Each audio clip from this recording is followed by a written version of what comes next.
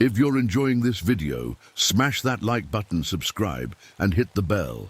Share it with your friends and let me know in the comments where you're watching from. Every like and subscribe helps the channel grow.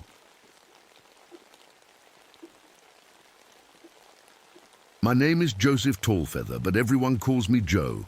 I've been a park ranger at Grand Canyon National Park for 11 years now.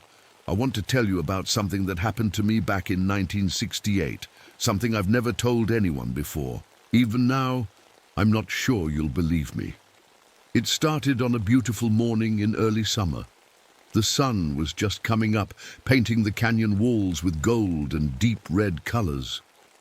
I remember how quiet it was as I began walking down into a side canyon that not many people visit. As I hiked down the narrow trail, my boots crunched on the rocky ground. Little clouds of dust swirled around my feet, catching the early morning light like tiny dancers in the air. The canyon was so silent that the sound of my footsteps seemed too loud. I stopped for a moment to take a drink from my water canteen. Looking up at the massive rock walls around me, I couldn't help but admire their beauty. These layers of stone told the story of millions of years of Earth's history. This incredible place was my office, and even after all these years, it still took my breath away. The smell of sage plants and sun-warmed rocks filled the air as I checked my map. I was heading to investigate some strange rock carvings that a team of researchers had found in a cave that wasn't on any of our maps. As I continued walking, I noticed something odd on the dusty path. Strange tracks that didn't look right. They weren't exactly human footprints, but they weren't animal tracks either. What really gave me the creeps was how they seemed to change as they went along the path. In some places, they looked like five-toed human prints, but then they would suddenly change to hoof marks like a deer or goat. But no animal I knew could change its feet while walking. Another thing that bothered me was how quiet it was. Usually, the desert is full of life. Little lizards sunning themselves on rocks, ravens calling out as they fly overhead. But not today. Nothing moved, nothing made a sound. It was as if all the animals had decided to stay away from this part of the canyon. Then the wind started to act strange. Instead of blowing in one direction like normal wind, it seemed to come from everywhere at once. Small dust devils, those little spinning columns of dust, formed around me, spinning upward in ways I'd never seen before, then suddenly collapsing. Tried to radio back to Ranger headquarters to check in, but all I got was static. The deeper I went into the side canyon, the worse the signal got, until there was nothing but crackling noise. When I got near the entrance to the cave where the researchers had found the rock carvings, something even stranger happened. The air suddenly got cold, really cold. Cold enough that I could see my breath fog in front of my face. This made no sense. It was early summer in the Arizona desert. There shouldn't be any cold spots like this. I stood there for a moment, looking at the dark opening of the cave. Everything was telling me to turn around, to head back to safety. But I had a job to do. And anyway, I'd never been one to run from strange things. So I switched on my flashlight and stepped into the darkness, not knowing that my life was about to change forever. I should probably tell you a bit more about myself. I'm 43 years old now. My father was Navajo and my mother was Hopi. Growing up with feet in two different tribes wasn't always easy. I learned a lot from both sides of my family, but I never felt like I fully belonged to either one. My face is brown and weathered from all my years working outdoors. People tell me I have eagle eyes. I don't miss much when I'm out in the canyon. That's a skill that has saved my life more than once. Before I became a park ranger, I was in the Army Rangers. I served 2 tours in Vietnam. When I came back home, I wasn't in a good place. The war left scars that weren't just on my body. Coming back to these ancient canyons helped me heal. There's something about being surrounded by rocks that have stood for millions of years that makes human problems seem smaller. Around my neck, I wear a special necklace. It has bear claws and blue-green turquoise stones. My grandfather, who was a medicine man in our tribe, gave it to me before I left. For the war, he told me it would protect me from harm. I haven't taken it off in 20 years. I walk with a bit of a limp. During my second tour in Vietnam, I caught some shrapnel in my leg. That's what sent me home for good. At first, I hated my injury, but over time, I've made peace with it. In a strange way, it forced me to learn the canyon in a different way. Finding paths that worked for me when the regular trails were too difficult. The other rangers respect me, but I know some of them think I'm a bit strange. A few years back, I started to get feelings about when flash floods were coming, even when the sky was clear. I've found lost hikers in places no one else thought to look. Some call it a sixth sense. My grandfather would have called it something else. For the past week before heading into that cave, I'd been having terrible dreams. In them I saw something ancient waking up deep in the canyon, something that should have stayed asleep. The dreams started right after that research team went down to study the cave paintings. My grandfather taught me all the old stories, legends, about places where the wall between our world and other worlds gets thin, places where things can cross over. As a modern man with scientific training, I tried not to think about those stories too much, but as a Navajo and Hopi, I couldn't ignore them either. I'm the last one in my family line now. While I was fighting overseas, there was a house fire. My parents and my little sister Sarah died in it. The police said it was an accident, but there were things that never made sense to me. That loss follows me everywhere, like a shadow that never leaves, no matter where the sun is in the sky. Over my years in the canyon, I've kept a small notebook of strange things I've seen. Lights where no lights should be. Rock formations that change overnight. Sounds that have no source. The Park Service scientists laugh these things off. They say it's just tricks of light or wind or an active imagination. Maybe they're right. But maybe some mysteries aren't meant to be explained. Maybe some deserve to be respected from a distance. As I stood at the entrance to that dark cave, all those old stories and warnings from my grandfather came flooding back. I remembered how he would say, "Not all empty places are truly empty. Joseph, some are not empty enough." With my flashlight in hand, I took a deep breath and stepped inside, the cold air wrapping around me like an unwelcome hand on my shoulder. As soon as I entered the cave, I knew something was wrong. The research team had left all their equipment behind, expensive cameras, measuring tools, notebooks. Everything was just sitting there like they'd dropped it all and ran. Nobody leaves thousands of dollars of equipment behind unless they're really scared. I shined my flashlight on the cave walls to look at the rock drawings they'd been studying. They were unlike any petroglyphs I'd seen before. They showed people with animal heads, standing in a circle. In the middle was a strange figure that seemed to change. I don't mean it moved exactly, but when I shifted my position or moved, my light, the figure looked different, like it was never meant to be seen the same way twice. The air in the cave felt heavy, like it was pushing against me. Sounds echoed in weird ways. Sometimes I'd hear the echo before I made the sound, which isn't possible, but that's what it felt like. My flashlight beam caught something moving at the edge of the light. When I turned to look directly at it, there was nothing there. But it was like seeing something pour itself from one shadow to another, not quite solid, not quite liquid. I told myself it was just my imagination. On the ground near one of the backpacks, I found a small voice recorder. It belonged to Dr. Westlake, the leader of the research team. I pressed play and listened. "Day 1 in the cavern system," his voice said, sounding calm and professional. As I kept listening, his voice changed. By the last recording, he sounded frightened. "Day 4. Something is following us. I've seen it 3 times now. The others have seen it too. It looks like people we know, but wrong somehow. It wears their faces, but not correctly. God help us." That was the last entry. I clicked the recorder off, my hands shaking a little. I turned around to look back the way I'd come, and froze. There was a small pile of stones, stacked one on top of another. A cairn like hikers sometimes build.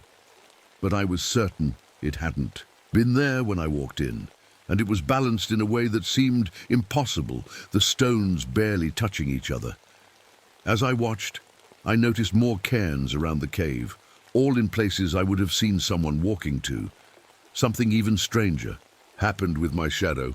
The beam from my flashlight made it stretch across the cave floor, but sometimes it moved when I didn't. Just small movements at first. A twitch of an arm that wasn't mine, a turn of the head when I was looking straight ahead. When I stared directly at it, it snapped back to matching me exactly. I looked back at the rock drawings and felt my blood run cold. They had changed. I was sure of it. The circle of figures was in a slightly different position. The animal heads were facing a new direction. It was subtle, but I'd been staring at them just minutes before. They had definitely changed. From deeper in the cave came a sound that made the hair on the back of my neck stand up. A clicking noise, rhythmic and deliberate, like someone tapping bones together. It wasn't random. It had a pattern that almost sounded like talking, if talking could be done without a voice. My flashlight beam landed on a yellowed piece of paper tucked into a crack in the wall. I carefully pulled it out. It was a journal page, the paper brittle with age.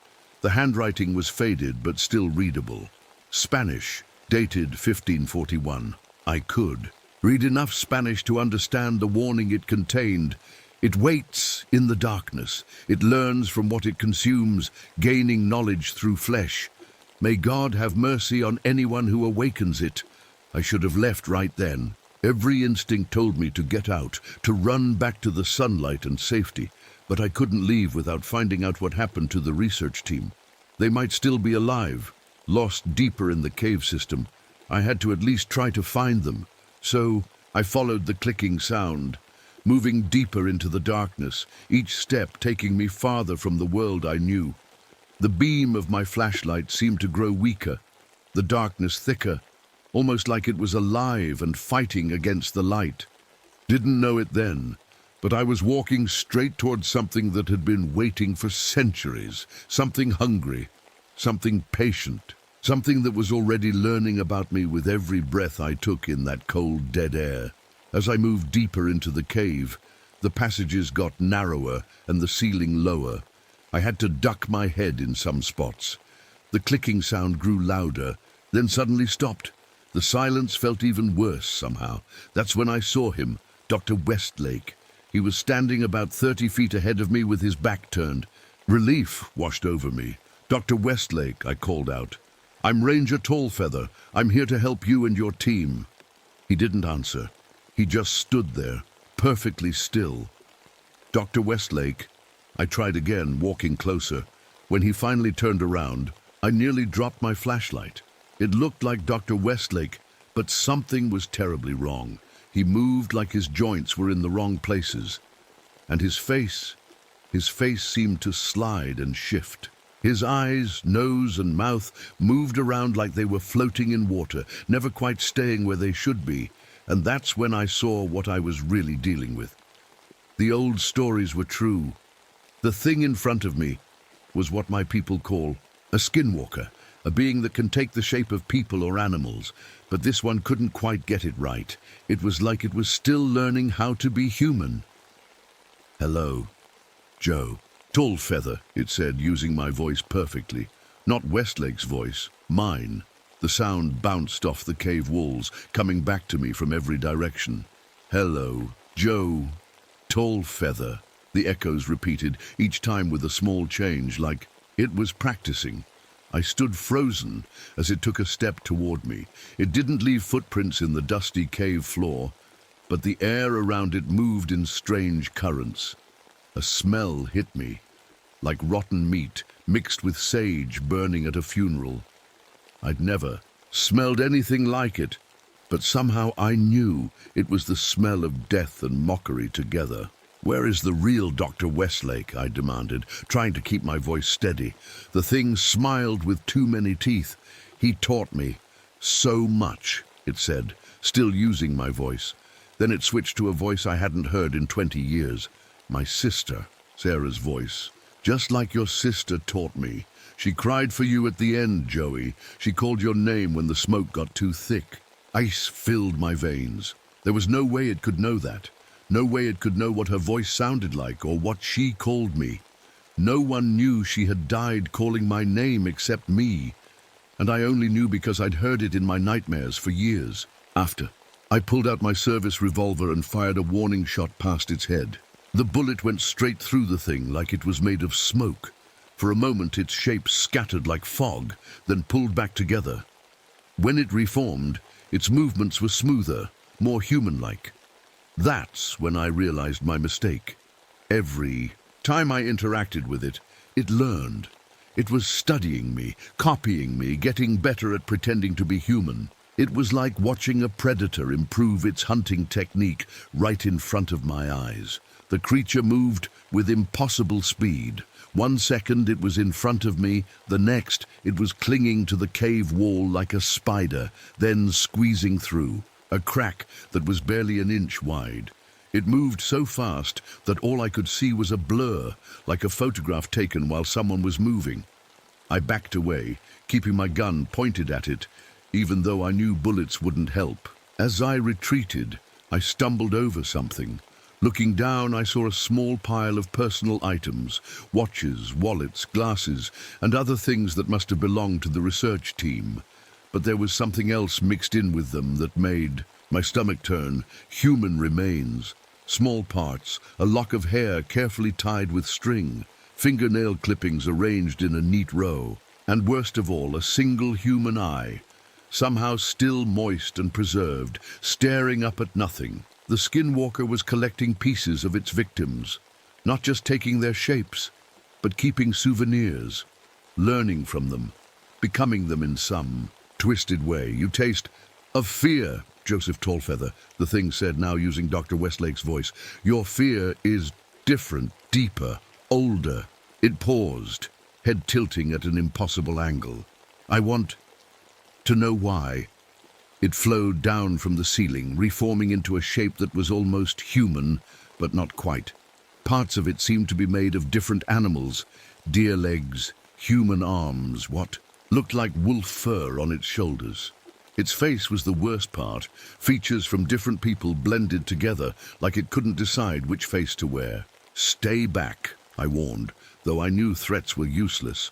I have been here since before your kind had names, it said. I will be here when your cities are dust. It reached for me with 2 long fingers that ended in claws. I backed away, feeling the wall of the cave behind me. I was trapped with nowhere to run, facing something that couldn't be shot, couldn't be fought, maybe couldn't be stopped, and all I could think was, I need to make sure this thing never gets out of this cave, never reaches the world above. Whatever happens to me, I can't let it escape. My radio suddenly crackled to life, making me jump. A voice came through the static. Tallfeather, you there? Report your status. For a second, hope flared in my chest. Then it died as I realized the voice was wrong. It sounded like Mike from headquarters, but the words were slightly off, the rhythm not quite right. I looked at the creature, which was grinning with that terrible, not quite human face. Your friends are worried about you, it said in Mike's voice. Then I understood. The thing had already reached the ranger station. It had already taken someone else's shape. My blood ran cold at the thought of what that meant for Mike and the others. I remembered something my grandfather taught me long ago. Frantically, I dug in my pocket for the small pouch I always carried. Inside was crushed turquoise and dried sage. Things he said would protect against evil spirits. I quickly made a circle around myself on the cave floor. The skinwalker hissed when it saw what I was doing. It paced around the circle, but didn't cross the line of blue powder. Old magic, it said, sounding almost impressed. But how long can you stay in there? Joseph Tallfeather. Around me, the air began to shimmer. Ghostly shapes appeared. Members of the research team. Dr. Westlake, a young woman who must have been their photographer. an older man with glasses. They looked almost transparent, like fog shaped into human form. Their mouths moved, asking for help, begging me to save them. But as I watched, their voices changed, becoming less human, turning into horrible screeching sounds. "They are part of me now," the skinwalker said, "just as you will be. I needed to think. The protective circle wouldn't last forever." I remembered from the old stories that these creatures had weaknesses. What were they? My mind raced. Then I remembered. My grandfather once said evil spirits can't stand to see their own reflection. They can't face what they truly are. I had a small pocket mirror in my pack, something I used for signaling in emergencies. I slowly reached for it, trying not to let the creature see what I was doing. When I pulled out the mirror and pointed it at the skinwalker, it shrieked and backed away. Its form wavered and broke apart briefly before pulling itself together again. That gave me an idea. I knew these caves. I'd explored most of them over the years, and I remembered that deeper in this system there was an underground lake. Still, and clear as glass. If a small mirror could hurt it, what would a lake-sized one do? I broke through the circle and ran deeper into the cave. The skinwalker howled behind me, recovering quickly and giving chase. I sprinted through narrow passages, ducking low-hanging rocks, my flashlight beam bouncing wildly ahead of me. The thing followed, sometimes running like a human, sometimes flowing along the walls and ceiling like a liquid shadow. I burst into a large chamber, and there it was, the underground lake, its surface perfectly still, reflecting the stalactites above like a perfect mirror. The skinwalker entered the chamber, behind me, and stopped. It seemed wary of the water. Then it tried a new tactic. Its form shifted and flowed until it looked exactly like my sister Sarah, as she had been the last time I saw her alive, 20 years younger than me now. "Joey," it said in her voice, "why did you leave me? You could have saved me from the fire if you'd been there." The words cut deep. It was my deepest regret, my greatest pain, that I hadn't been there when my family needed me. "Remember when we used to catch frogs at the creek behind Grandpa's house?" the thing said, smiling Sarah's smile perfectly. "Remember how we'd count the stars from the roof? I miss you, Joey. I can bring them all back to you. Mom, Dad, me. We can be together again. Just give me your hand." It was so tempting. It looked so much like her, sounded so much like her. It knew things only Sarah would know. For a moment I almost believed it. But then I noticed something. As it stood there looking like my sister, its shadow on the cave wall didn't match. The shadow had too many limbs, a head that wasn't human. "You're not my sister," I said. "My sister is gone, and you're not taking anyone else." I lunged forward suddenly, catching it by surprise, and pushed it toward the lake. It howled and fought, its form changing rapidly between human and animal shapes, trying to break free. We struggled at the edge of the water, and then we both fell in. The moment it touched the water, the skinwalker screamed. Not a human scream, a sound like metal tearing and animals dying all at once. In the water it couldn't hold its shape. It thrashed and broke apart, revealing what it truly was. A swirling mass of darkness studded with too many eyes, too many teeth. I fought to keep it underwater, to hold it against its own reflection. As we struggled, I noticed something about the petroglyphs on the wall near the lake. They weren't just drawings, they were a pattern, a kind of lock or prison. And the researchers had broken it when they removed some of the rocks for study. The skinwalker had been trapped here long ago, by people who knew what it was. And now it was loose again. I knew what I had to do. The necklace my grandfather had given me, the bear claws and turquoise, it wasn't just jewelry. It was made to fight things like this. My grandfather must have known someday I would need it. Ripped the necklace from my neck and used the sharp bear claws to carve the missing symbols back into the stone wall, completing the ancient pattern. I pressed pieces of turquoise into the fresh marks, my hands shaking with effort. As I put the last piece in place, the whole cave began to shake. Rocks fell from the ceiling, splashing into the lake. The skinwalker howled in rage as the water began to glow with an eerie blue light. I felt power building, pressing against my ears like before a thunderstorm. "No!" it screamed, finally using its own voice, a terrible sound like many voices speaking together. "I will not be imprisoned again." I scrambled away from the collapsing chamber, rocks falling all around me. Something sharp slashed across my back, the skinwalker making one last attempt to stop me. Pain exploded across my shoulders, but I kept moving, crawling and stumbling through the tunnel as the cave collapsed behind me. I don't remember much of how I got out. I was half conscious, bleeding, when I finally crawled into the sunlight. Another ranger found me 2 days later, delirious with fever from infected wounds that wouldn't heal properly. I told them there had been a cave-in, that the research team had been lost. I never told anyone what I really saw. Who would believe me? The wounds on my back left strange scars, not like normal cuts. Sometimes they burn and itch, especially at night. Sometimes I dream of darkness and hunger and patient waiting. 3 months after it happened, visitors to the canyon started reporting a helpful older Navajo ranger who would appear out of nowhere to guide lost hikers to safety. They said he knew the canyon impossibly well, but something about him seemed off. His movements weren't quite right. His smile never reached his eyes. When they checked back at headquarters, they found no record of such a ranger on staff. I hear these stories and I wonder, did I really trap the skinwalker that day in the cave? Or did it learn enough from me, from my blood, from my fear, to finally perfect its disguise? Sometimes, when I look in the mirror, I catch my reflection moving a half-second too late. And sometimes, just sometimes, I see something else looking back at me from behind my own eyes, and I wonder, who really came out of that cave that day? Who am I now?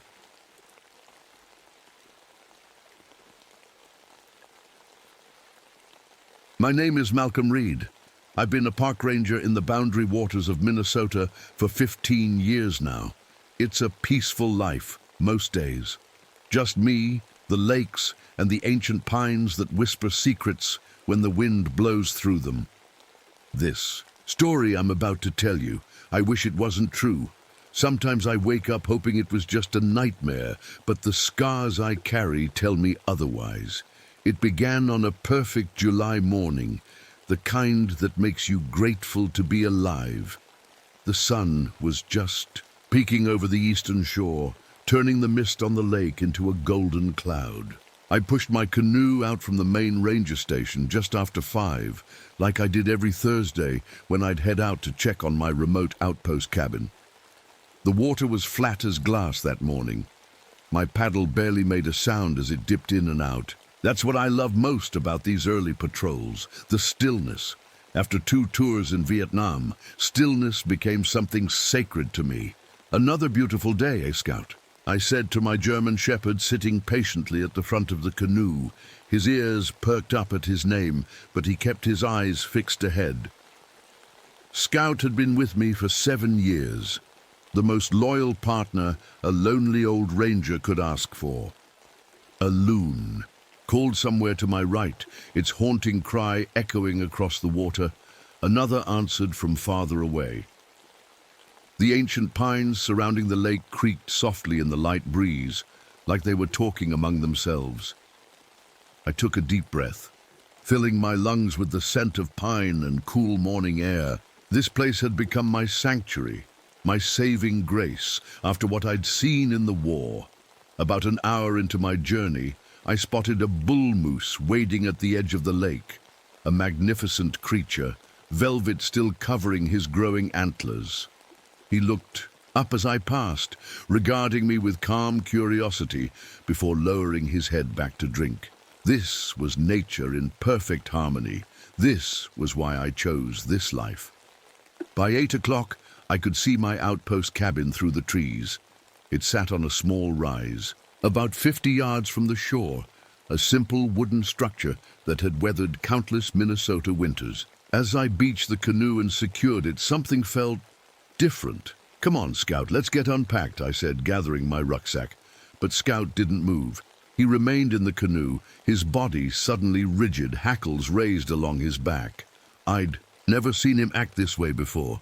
"What's wrong, boy?" His eyes were fixed on the tree line beyond the cabin, a low growl rumbling in his chest. That's when I noticed the scratches, deep gouges in the bark of the pines surrounding my cabin. They were far too high for a bear, at least 8 feet up the trunks. Whatever made them would have to be standing on its hind legs and be taller than any creature I knew lived in these woods. I felt a sudden chill, making me zip up my jacket despite it being mid-July. The temperature seemed to have dropped 10 degrees in the span of minutes. Strange. The weather report had promised clear skies and warm temperatures all week. As I coaxed Scout out of the canoe, I became aware of something else. The silence. Complete, absolute silence. No birds chattering in the trees, no squirrels scrambling through the underbrush, no insects buzzing, nothing. It was as if the entire forest was holding its breath. I reached for my radio, thinking I should check in with headquarters. Nothing but static came through, which made no sense with the clear sky above. I was 30 miles from the nearest road, with no backup readily available if something was wrong. I'd been in enough tight spots in my life to know when to be cautious. "Stay close," I told Scout as we made our way up the path to the cabin. That's when I smelled it, a strange, sweet odor, like decaying meat mixed with burned sugar. It was faint but unmistakable, and completely out of place in the clean wilderness air. The hair on the back of my neck stood up when I saw the cabin door was already open, just a few inches, but I knew I'd locked it tight during my last visit. Scout growled again, louder this time. Drawing my service revolver, something I rarely did in the park, I approached slowly. "Hello? Anyone there?" I called out, knowing that sometimes hikers broke into ranger cabins if they got lost or caught in bad weather. No answer. With my back against the wall, I pushed the door open with the barrel of my gun. The cabin was empty, but not undisturbed. Someone, or something, had been inside. The temperature inside was even colder than outside, so cold I could see my breath puffing out in little white clouds. My hand trembled slightly as I holstered my gun, trying to make sense of what I was seeing. "What the hell?" I whispered to myself. Everything in the cabin had been moved. Not tossed around like a bear or vandals would do, but carefully rearranged. My canned goods were stacked in perfect pyramids. My clothes had been laid out on the bed in the shape of a human figure. My maps had been pinned to the wall in a strange pattern that made no sense to me. Scout refused to enter. He stood at the threshold, whining anxiously, his tail tucked between his legs. I walked to my desk, where I kept the logbook. Flipping it open, my blood ran cold. There were new entries written in what looked exactly like my handwriting. But I hadn't been here in 2 weeks, and I certainly hadn't written, "It watches from the trees, tall, patient, hungry." Or, "The cold follows it, ancient cold, death cold."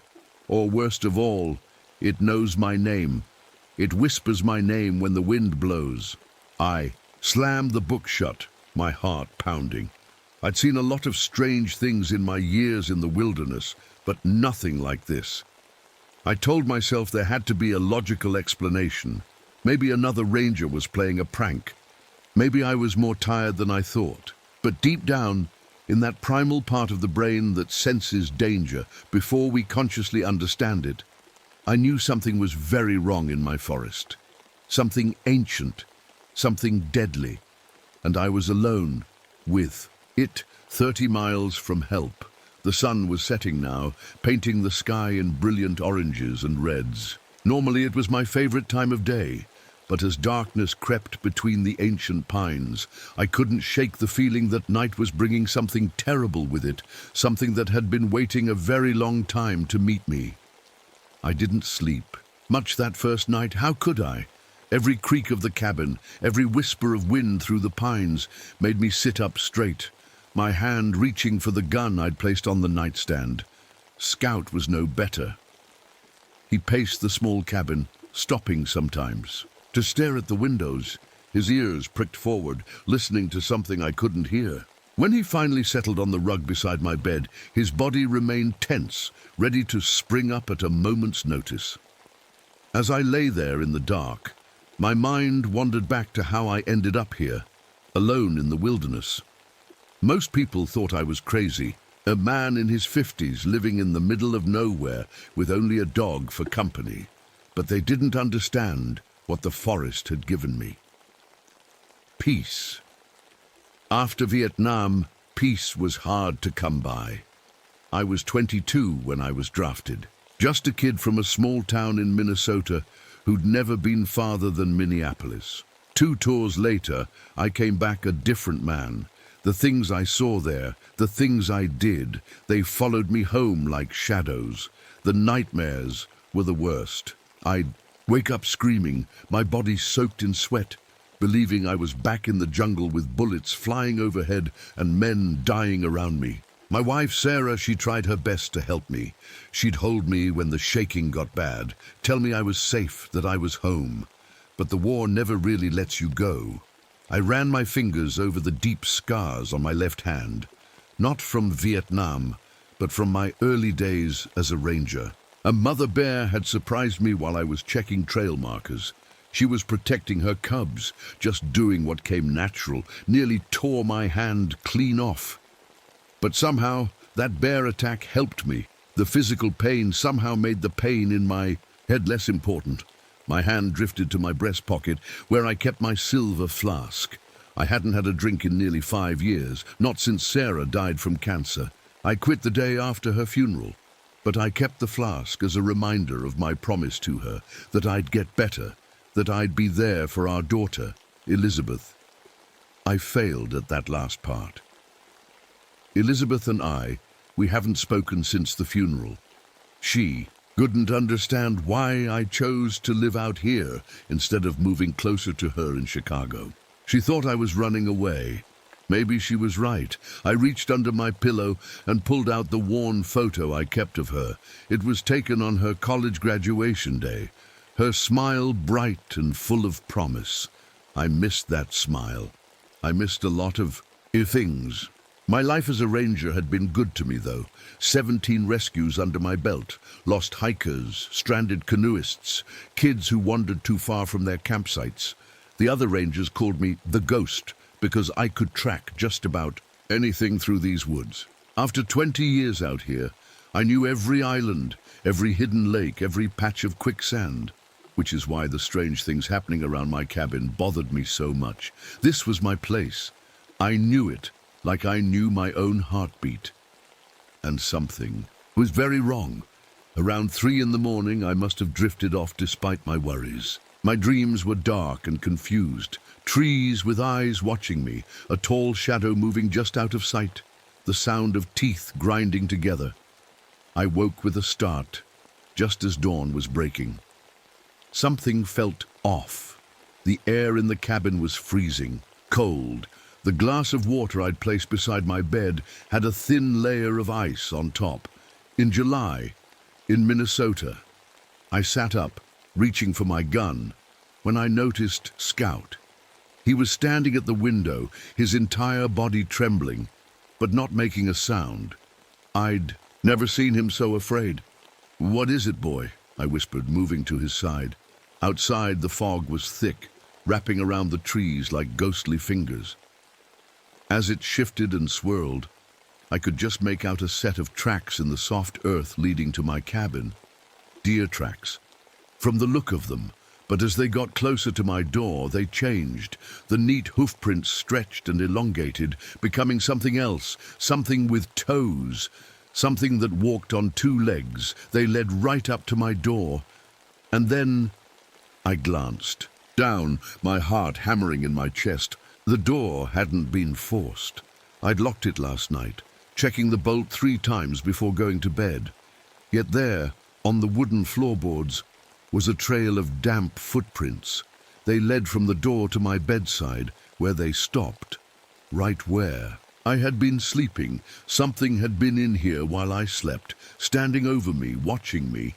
I heard a strange chittering sound from outside, like teeth chattering in the cold. Scout growled, low and dangerous. I grabbed my rifle from the rack, checking that it was loaded. My hands were steady, years of training kicking in despite my fear. Whatever was out there, I wasn't going down without a fight. That's when the radio on my desk crackled to life, making me jump. Static hissed from the speaker, then cleared momentarily. What I heard next will haunt me until the day I die. Breathing, slow, labored breathing, rattling like something was caught in a throat. And underneath it, a wet, crunching sound, like teeth grinding on bone, then a voice, distorted and barely. "Am human," whispered my name. "Malcolm." Scout began to bark furiously at the radio. I lunged forward and switched it off, my finger shaking on the power button. "Easy, boy," I said, though my own voice sounded foreign to my ears. Easy. I needed to get outside, to see if I could find tracks, evidence, anything that would make sense of what was happening.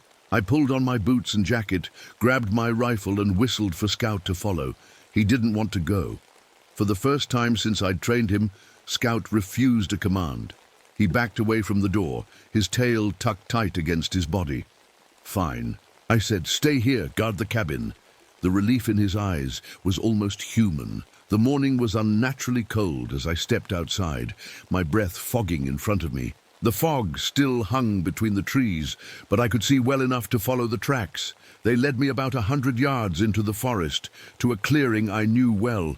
What I found there stopped me in my tracks. A deer, a young doe, hung from a branch about 7 feet off the ground. But it hadn't been strung up by a hunter. No, something had impaled it on a broken branch, lifting it high into the air.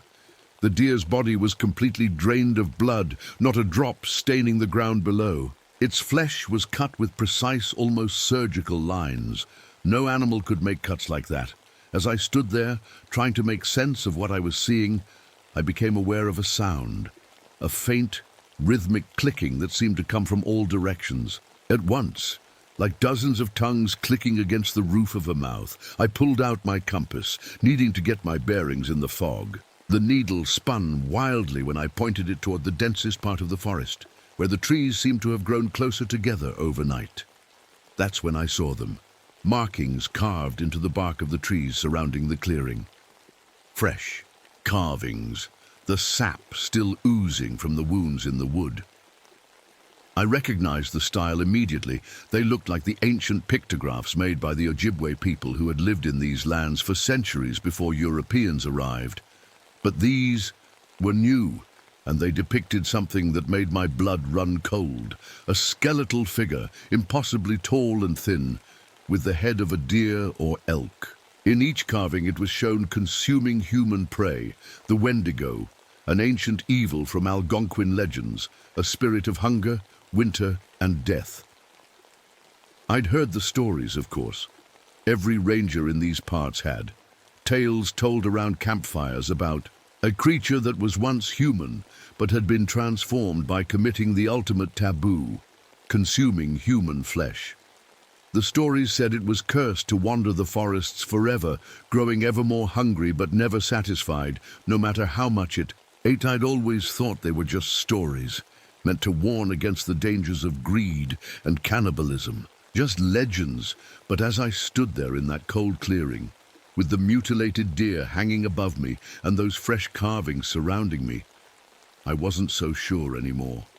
Something ancient and evil had entered my forest, and somehow it knew my name. Hurried back to the cabin, feeling eyes on me the whole way. Every shadow between the trees seemed to move. Every rustle in the underbrush made me whip around, rifle ready. But I saw nothing. Whatever was watching me didn't want to be seen. Not yet. Scout barked frantically as I approached the cabin, his face appearing in the window. He was glad to see me alive. That made one of us. Inside, I locked the door and pushed a heavy chair against it. Then I pulled out my map of the area and spread it on the table. If I left now, I could make it back to the main ranger station by nightfall, even paddling hard against the wind. I could bring back help, maybe. But what would I tell them? That I'd found weird carvings and a dead deer. That my radio was picking up strange noises. That I thought a monster from Native American legends was stalking me. They'd think I was having flashbacks again. They'd been worried about me ever since Sarah died. Said I was spending too much time alone in the woods. They'd take my badge, make me see the VA psychiatrist again. No, I needed more. Real proof. Something they couldn't dismiss. I spent the day securing the cabin as best I could. I boarded up the smaller window in the back. I stacked firewood by the stove, made sure I had fresh water, and checked my ammunition. Scout stayed by my side the whole time, still on edge, but calmer now that we were inside. By evening, the fog had grown thicker. It pressed against the windows like a living thing, curling and uncurling ghostly fingers. The temperature kept dropping. I had to start a fire in the wood stove, something I'd never done in July in all my years as a ranger. Night fell, and with it came the silence again. No crickets, no frogs calling from the lakeshore, no owls hooting in the trees. Just the occasional creak of the cabin settling and the soft pop of burning wood in the stove. I made a simple dinner of beans and canned ham, though I had little appetite. I gave Scout an extra portion. If things got bad, he'd need his strength. As I cleaned my rifle by the light of an oil lamp, I tried to make sense of what was happening. The stories about the wendigo said it was most active in winter during times of famine when people were most tempted to do terrible things to survive. But this was summer, a time of plenty. Why would it be here now unless it wasn't following the normal rules? Unless it was hunting specifically, hunting me? But why me? What had I done to draw its attention? I thought back to the entries in my logbook written in my handwriting but not by me. It knows my name. Was the creature trying to communicate? Was it trying to drive me mad? I must have dozed off in my chair because the next thing I knew, Scout was growling again. The fire had died down to embers and the cabin was freezing cold. My watch said it was 3:17 a.m., the dead of night. A sound came from outside, a voice, calling my name. Malcolm, help me, please. It was Elizabeth's voice, my daughter's voice. I sat up straight, my heart pounding. It couldn't be her. Elizabeth was in Chicago, hundreds of miles away, and she hadn't spoken to me in 5 years. This was a trick. Malcolm, Daddy, I'm hurt, help me. The voice was coming from just beyond the tree line. It sounded exactly like my daughter, the same slight quiver when she was scared, the same soft way she used to say Daddy when she was little. Scout growled louder. Backing away from the door, I grabbed my rifle and went to the window, peering into the darkness. At first, I saw nothing but fog and the dark shapes of trees. Then, movement. A figure at the edge of the clearing, slender, like Elizabeth. The right height, too. Malcolm, I'm bleeding. I need you. Every instinct in me screamed to run outside, to help her. It was my little girl. But a small, rational part of my brain held me back. This wasn't right. This wasn't possible. I remembered something I'd read about the wendigo. It could mimic the voices of loved ones to lure its prey into the forest, where it could hunt them, eat them. You're not my daughter, I said, my voice shaking. Whatever. You are. Leave me alone. The figure stepped forward, and in the faint moonlight that broke through the clouds, I could see it wasn't Elizabeth at all. It was tall, impossibly tall, at least 8 feet, maybe more. Thin as a skeleton, with skin, pulled tight over elongated limbs, and on its head, I stumbled back from the window, nearly dropping my rifle. The creature had antlers, huge branching antlers that stretched toward the sky like gnarled hands. Its face was hidden in shadow, but I could see its eyes, yellow and glowing like twin lanterns in the dark. The thing cocked its head, studying me through the window. Then it smiled, a wide-stretched grin that split its face almost in half, revealing rows of needle-sharp teeth. Malcolm, it said, still in Elizabeth's voice. "Don't you love me anymore?" I raised my rifle and fired through the glass. The window shattered, and Scout began barking frantically.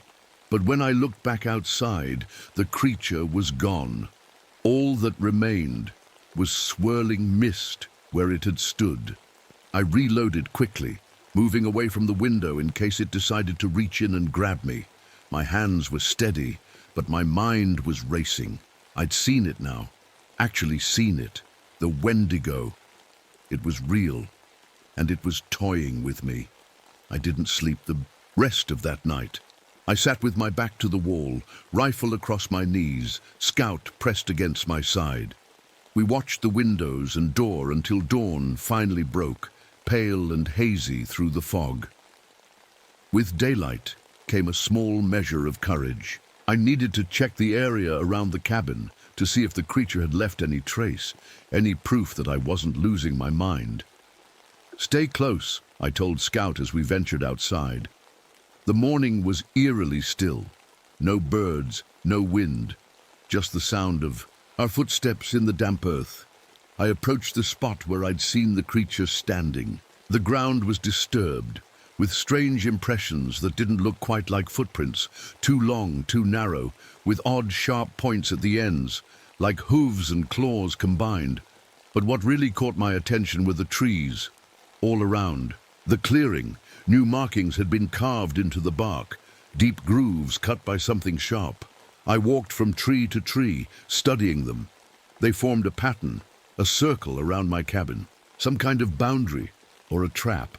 I recognized some of the symbols from books I'd read about Algonquin folklore, warnings about wendigos, about hunger, about transformation. But there were other markings too, fresh ones, still seeping sap. And these were in English: Malcolm hungry soon. Carved 6 feet up a pine trunk with letters 3 inches high. My legs nearly gave out. This wasn't a random monster from the woods. This thing was intelligent. It was communicating. It had a plan. And I was at the center of it. I heard a snap behind me and whirled around, raising my rifle. But it was just Scout, pawing anxiously at the ground. He wanted to go back to the cabin. Smart dog. As we hurried back, I noticed something glinting in the grass near my front step. I bent down to look. It was a small pile of objects arranged in a neat circle. Bones, human finger bones, yellowed with age but recently cleaned. And in the center, a tarnished metal button, a button from a backpack that looked exactly like the one worn by a hiker who'd gone missing last autumn. Jason Thompson, his name was, 23 years old. We'd searched for weeks, but never found him. Now I knew why. I kicked the bones apart with my boot, trying not to think about the person they'd once belonged to, about how they'd died, about what had eaten them. Back inside, I tried the radio again. Still nothing but static and that awful breathing sound. I was well and truly on my own. I checked my watch.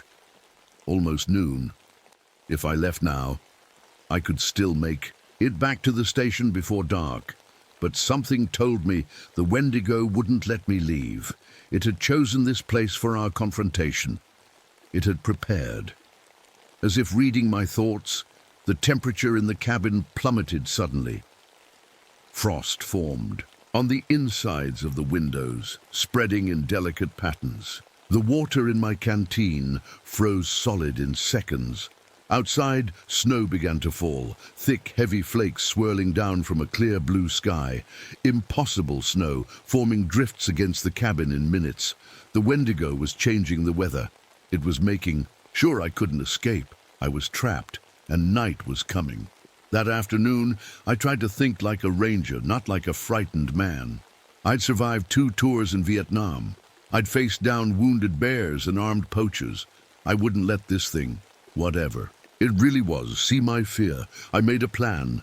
If I couldn't leave, I'd defend what I had. I gathered everything useful. Matches, first aid kit, knife, axe, all my ammunition. I filled every container with water before the pipes froze. I piled more wood by the stove. Then I waited. The impossible snow kept falling until drifts reached the window sills.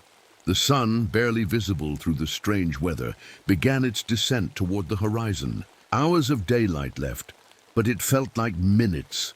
I tried to distract myself by writing in the logbook, recording everything I'd seen and experienced. If I didn't make it out, at least someone would know what happened to me. As I wrote, I felt a strange prickling at the back of my neck.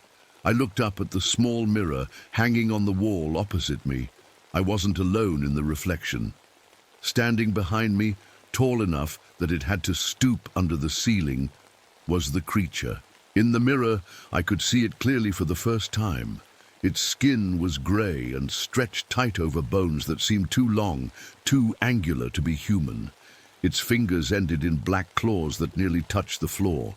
And its face, God, its face, was a nightmare mixture of human and deer. The skull elongated, the nose and mouth pulled forward into a short muzzle, crowned with those massive antlers. But it was the eyes that froze my blood. Yellow, glowing, and eerily human. Intelligent, hungry. I spun around, gun raised, but there was nothing there. The cabin was empty except for me and Scout, who was huddled under the table, whimpering. When I looked back at the mirror, the wendigo was gone from that too. It was playing with me, showing me glimpses of itself to wear down my nerves. And it was working. An hour before sunset, I heard voices outside again, not just Elizabeth this time, but a chorus of them, men and women, young and old, all calling my name, all begging for help. Please, we're lost. Help us, it's so cold. Malcolm, save us. I recognized some of the voices, hikers I'd rescued over the years. But others were strangers to me, probably the Wendigo's previous victims. I sat with my back against the door, hands over my ears, but the voices kept getting louder, more desperate, more convincing. Scout suddenly stopped whimpering and stood, alert, staring at the boarded-up window at the back of the cabin. Something was trying to get in. I heard scratching, then a soft tapping like fingernails on glass. "Malcolm," came a voice, soft and reasonable. "Let me in. I'm so hungry. We can share a meal." It was my own voice. My hands shook as I aimed my rifle at the window. The boards I'd nailed up were vibrating slightly, as if something was pressing against them, testing their strength. "Go away!" I shouted. "Leave me alone!" A low chuckle answered me, followed by the sound of something heavy moving around the cabin, circling it, hunting for a way in. The daylight was fading fast now. I lit the oil lamps, keeping the cabin as bright as I could. From what I knew of Wendigos, they preferred to hunt in darkness. As night fell completely, the voices outside stopped. The scratching at the windows and walls ceased. Even the strange snowstorm seemed to pause, flakes hanging suspended in the air outside my window, as if time itself had frozen. The silence was worse than the noise. At least with the voices, I knew where the creature was. Now it could be anywhere. Minutes, stretched into hours. I sat in my chair, rifle ready, jumping at every creak of the old cabin. Scout had gone from frightened to eerily calm, watching the door with an intensity that unnerved me. Suddenly, he stood up and wagged his tail. Someone knocked on the door. 3 sharp raps. "Ranger Reed, you in there?" "It's Thompson from the main. Station, got your distress call." My heart leapt. Thompson was real, a fellow ranger I'd worked with for years. His voice sounded completely normal. "We've got a team out here," the voice continued. "Bad storm came out of nowhere. You okay?" I wanted so badly to believe it. I wanted it to be real help, real people, not another trick. But something felt wrong. "How'd you find me in this weather?" I called through the door, not moving from my chair. "Followed your last coordinates from the distress beacon," Thompson answered smoothly. "Come on, Reed, it's freezing out here. Open up." I hadn't sent any distress beacon. I didn't even have one. "Step back from the door," I said, raising my rifle. "I'm not opening it." "Don't be ridiculous, Reed." Thompson's voice took on an edge of annoyance. We're here to help you. Open the damn door. Prove you're really Thompson, I demanded. What's your daughter's name? A pause. Too long. Mary, the voice said finally. Her name's Mary. Now open up. Thompson didn't have a daughter. He wasn't even married. You're not Thompson, I said, my voice steadier than I expected. You're not real. Leave me alone. The thing outside hissed, a sound no human throat could make. The friendly voice dropped away, replaced by a guttural growl. Open the door. Malcolm, I'm so hungry. The door shuddered as something heavy slammed against it. The chair I'd braced under the handle creaked but held. Another slam, harder this time. Wood splintered around the hinges. I fired through the door, once, twice, 3 times. The bullets punched clean holes in the wood. A shriek came from outside, high and inhuman like metal scraping on metal. Then silence again. I reloaded with shaking hands, expecting another attack, but none came. Minutes passed. The only sound was my own ragged breathing and Scout's soft whining. Had I wounded it, driven it away? I doubted regular bullets could kill. A wendigo, but maybe I'd hurt it enough to make it reconsider. As the night wore on, the temperature kept dropping. My breath hung in thick white clouds. The water in my glass froze solid. Ice crystals formed on my beard and eyebrows. No matter how much wood I fed the stove, I couldn't get warm. The wendigo was draining the heat from the air itself, trying to weaken me with cold. Around midnight, I heard a new sound outside, splashing, coming from the direction of the lake. I went to the window, careful to stand to the side in case the creature tried to grab me. What I saw made no sense. The lake was freezing. In July, ice spreading from the shore in a thick sheet, crackling as it formed, and in the center of the newly frozen section stood the wendigo, still as a statue, watching my cabin. Even from this distance, I could see its glowing eyes fixed on me. I blinked, and it was gone, just vanished, like it had never been there. But a moment later, I heard its claws on the roof, tap, tap, tap, walking slowly, deliberately. The whole cabin groaned under its weight. Scout barked frantically, spinning in circles as he tried to track the sound above us. I kept my rifle pointed at the ceiling, following the creature's movements. It stopped directly overhead. There was a scratching sound, then a low, wet chuckle. Something dripped from the ceiling. At first I thought it was water from melting snow, but it was too thick, too dark. Blood dripping onto my floor in a steady rhythm. The scratching continued, more purposeful now. The creature was carving something into my roof. Each gouge sent more blood dripping down, forming a small puddle on my floor. The carving stopped. The blood kept dripping for a minute, then slowed to a stop. Whatever message it had left, I wouldn't see it until daylight. Part of me didn't want to know what it said. The night seemed endless.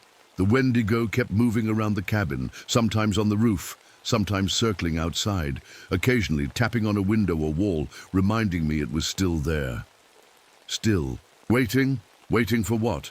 Around 4 a.m, I dozed off despite my best efforts to stay awake. My body simply couldn't fight the exhaustion anymore. I dreamed I was walking through the forest, following a trail of bones. The trees were dead, their branches reaching for me like clawed hands. Ahead, the wendigo waited in a clearing, crouched over something, feeding. It looked up as I approached, its muzzle dripping with fresh blood. It smiled, revealing those needle teeth. "Malcolm," it said in Elizabeth's voice, "join me." It held out a piece of raw meat, human meat. I jolted awake to the sound of Scout growling. Dawn light filtered weakly through the frosted windows. The storm had finally stopped, leaving the world outside buried in unnatural snow. And there, scratched into the small section of floor where the blood had dripped, was a message that hadn't. "Been there when I fell asleep? Hunger never dies, but you will." The wendigo had been inside my cabin while I slept. It could have killed me then, but it hadn't. It was enjoying this, savoring my fear. I checked my watch. Just past 6 a.m. I'd survived the night, but I knew with cold certainty that I wouldn't survive another. The creature was done playing. Tonight, it would come for me. I needed a plan, a way to fight back. Regular weapons seemed useless against it, but there had to be something. I remembered the Ojibwe legends about wendigos. There were ways to kill them, according to the stories. Fire was one method. Another was to pierce their frozen hearts. With weapons made of special materials, I had the rest of the day to prepare, to get ready for the final confrontation, because when night fell again, one of us wouldn't see the morning. As soon as there was enough light, I searched the cabin for anything I could use against the wendigo. I remembered what my old friend Tom White Eagle, an Ojibwe elder who sometimes worked as a guide in the park, had told me years ago about the old legends. Wendigos are spirits of cold, hunger, and greed, he'd said. They were once human until they ate human flesh. Now they're cursed to always hunger, never be satisfied. I'd asked him, half joking at the time, how to kill one. Fireworks, he'd said seriously, and a stake of pine soaked in sage and blood through their frozen heart. I didn't have sage, but I had pine, plenty of it, and I had blood, my own. If necessary, I got to work, sharpening a pine branch into a long, wicked stake. My hands moved with steady purpose. Fear was still there, ice cold in my gut, but alongside it now was determination. If I was going to die, I'd go down fighting. I found some dried herbs in my cooking supplies. Not sage, but it would have to do. I mixed them with water in a small pot and let them simmer on the wood stove. Around noon, I noticed Scout staring at my food supplies. I'd been so busy preparing that I hadn't thought about eating. I opened a can of beef stew and put it on the stove to heat. But as soon as the smell filled the cabin, my stomach turned. Something was wrong. I looked closer at the stew. It wasn't beef. The meat was pale with a strange texture. And the smell underneath the familiar stew scent was something else. Something horribly familiar from my time in Vietnam. Human flesh, gagged, dropping the pot. The contents spilled across the floor. I checked the other cans. They all looked normal from the outside, but when I opened them, I found the same tainted meat inside. The wendigo had been busy. It had replaced all my food with parts of its victims. It was trying to trick me into eating human flesh, into starting down the path to becoming like it. I'd rather starve. I gave Scout the last of his dog food, rationing it carefully. At least that seemed untouched. Then I went back to preparing my weapons. By mid-afternoon, I had a makeshift spear, a pine stake bound to the end of my axe handle. I'd soaked it in the herb mixture and added a few drops of my own blood, cut from my palm. I didn't know if it would work, but it was better than nothing. I also prepared the cabin. I poured my lamp oil in strategic spots, places I could light quickly if I needed to try fire against the creature. I set up a few simple traps, tripwires, that would bring tools crashing down on anything that came through the door. As the light began to fade, I checked my watch. Almost 6 p.m. In a few hours, it would be fully dark. I went to the window to survey the area one last time before night fell. The unnatural snow still blanketed everything, but now there was something new. Footprints, dozens of them, circling the cabin. And a new message stomped into the snow in huge letters. "Come out, Malcolm." The wendigo was done waiting. I knelt beside Scout, running my hand through his thick fur one last time. "You're a good boy," I told him. "The best partner a ranger could ask for." He licked my face, his dark eyes somehow understanding. He knew what was coming too. As darkness fell, the temperature dropped even further. Ice formed on the inside of the windows, spreading in crackling sheets across the glass. The fire in the wood stove dimmed, as if the cold was smothering the flames themselves. Then I heard it, a soft tapping at the door. Not threatening, almost polite. "Malcolm," came a voice. A new voice this time. Sarah's voice.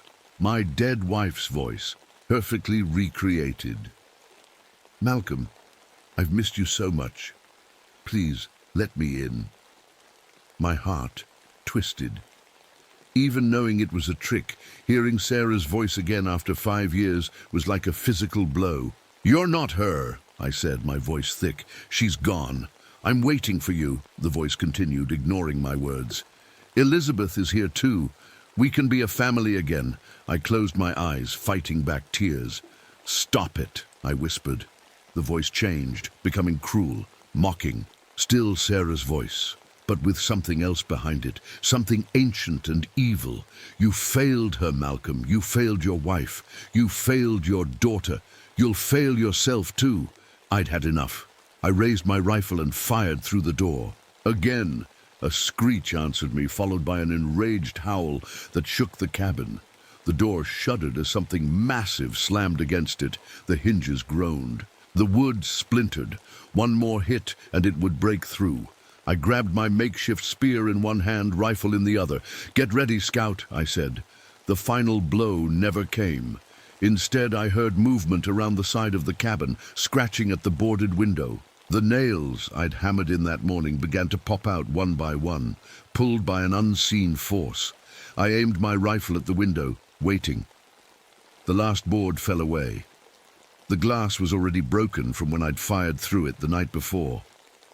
A shape filled the opening, a gaunt, skeletal arm reaching in, followed by that horned head. I fired, the bullet striking the creature in the shoulder. It jerked back, black ichor spraying from the wound, but it didn't retreat. Instead, it smiled. That terrible, too-wide smile full of needle teeth. "Little man," it hissed in a voice like cracking ice, "your time is up." It lunged forward, squeezing its massive frame through the window with impossible flexibility. Scout leaped at it, teeth bared, while I frantically tried to reload. The wendigo swatted Scout aside with one clawed hand, sending him crashing into the wall with a pained yelp. Then it turned its glowing yellow eyes on me. I'd seen a lot of terrible things in Vietnam. I'd faced death more times than I could count. But nothing had prepared me for the pure malevolence in those eyes. This was an evil older than mankind, patient and cunning and utterly ruthless. I didn't have time to reload. I dropped the rifle and grabbed my spear, thrusting it at the creature's chest. The wendigo moved with blinding speed, grabbing the shaft. Before the point could connect, with a flick of its wrist, it snapped the handle in two, leaving me holding a useless stick. "I have waited," it growled, stepping fully into the cabin. It had to stoop to fit under the ceiling, its antlers scraping. The wooden beams watched you, learned you, hungry for you. It took a step toward me. I backed away, fumbling in my pocket for matches. "Why me?" I asked, trying to buy time. "Why here?" The wendigo's head tilted, antlers brushing the ceiling. "You are alone. Forgotten." Perfect. Another step forward. Its claws flexed, eager to tear into me. "No one will miss you," it continued, its voice a rasping whisper. "No one will look like the others before." I realized with horror that it had been hunting in these woods for years, taking lone hikers, solitary rangers, people no one would miss right away, people whose disappearances could be explained by accidents, by the dangers of the wilderness. People like me. My back hit the wall, nowhere left to run. The wendigo loomed over me, close enough that I could feel the cold radiating from its body, cold like the grave. Its mouth opened wider than any human mouth could, ready to feed. That's when Scout attacked again. My brave, loyal dog launched himself at the creature, teeth sinking into its leg. The wendigo shrieked in rage, trying to shake him off. It was the distraction I needed. I struck a match and tossed it onto the oil I'd poured earlier. Flames erupted, catching the creature's tattered clothing. Fire blossomed across the wendigo's back. It howled, thrashing wildly, trying to extinguish the flames. In its frenzy, it knocked over the wood stove, sending burning logs across the floor. In seconds, the whole cabin was ablaze. I looked for Scout, but couldn't see him through the spreading fire and smoke. "Scout!" I called, coughing as the smoke filled my lungs. The wendigo, still burning, fixed its gaze on me. Its flesh blackened and cracked, but it didn't die. Instead, it seemed to grow more enraged, more determined. I grabbed the broken half of my spear, the half with the pine stake still attached, and backed toward the door. If fire wouldn't kill it, maybe the stake still could, the creature pursued me through the flaming cabin, heedless of the fire consuming it. I tripped over something and fell hard, the stake flying from my grasp. I looked up to see the wendigo standing over me, its body a charred, skeletal nightmare wreathed in flames. It reached for me with burning hands. Then Scout was there, my faithful partner until the end. He leaped between us, teeth bared in a final act of protection. The wendigo's claws lashed out, catching Scout in midair. My dog's yelp of pain became a whimper, then silence. "No!" I screamed, rage overtaking fear. I scrambled for the stake, fingers closing around it just as the wendigo reached for me again. I rolled to my feet and charged, driving the stake upward. With all my strength, aiming for the center of the creature's chest, the pine stake sank deep into the wendigo's body. The creature froze, its yellow eyes widening in what might have been surprise or respect. A sound escaped it, not a roar or a screech, but a sigh. Almost relieved. Black ichor poured from the wound, hissing where it hit the flaming floor. The wendigo staggered backward, clawed hands clutching at the stake protruding from its chest. For a moment, I thought I'd won. Then the creature looked at me, and in its ancient eyes I saw something I hadn't expected. Triumph. "Thank you," it whispered in a voice suddenly horribly human. Its body began to disintegrate, flaking away like ash in the wind. But as it disappeared, something else took shape in the air. A black mist, swirling and alive with malevolence. The mist surged toward me. I tried to run, but it was too fast. It engulfed me, forcing its way into my nose, my mouth, the cut on my palm. Cold filled me, from the inside out. A hunger unlike anything I'd ever known clawed at my gut, and knowledge, ancient, terrible knowledge, flooded my mind. I understood then. The legends were true, but incomplete. You could kill a wendigo, but when you did, its spirit needed a new host, and by killing it I had volunteered. The cabin was collapsing around me, but I barely noticed. The fire couldn't touch me now. The cold inside me was stronger. I walked out into the night, leaving the burning cabin behind. Scout's body lay near the door. I felt I should mourn him, but the hunger was already washing away such human concerns. I looked down at my hands. They were longer now, the fingers stretching into claws. I could feel my teeth sharpening in my mouth, my spine elongating. The transformation had begun. In the distance, I heard voices. The main ranger station must have seen the fire. They would come looking for me. They would find a burnt cabin, a dead dog, maybe some bones. They would search, then give up eventually. Another tragedy in the wilderness. I turned away, moving deeper into the forest, my new home. The hunger pulled me forward, demanding to be fed. And I knew just where to find my first meal. Chicago was a long journey away, but I had time. All the time in the world now, and Elizabeth, my estranged daughter, would be so happy to see her father again. 2 months later, a search party found Malcolm Reed's cabin burned to the ground. All that remained was his ranger badge, his dog's charred remains, and a final entry in his logbook, salvaged from the ashes. I am so hungry. The forest calls me to hunt. Forgive me, Elizabeth.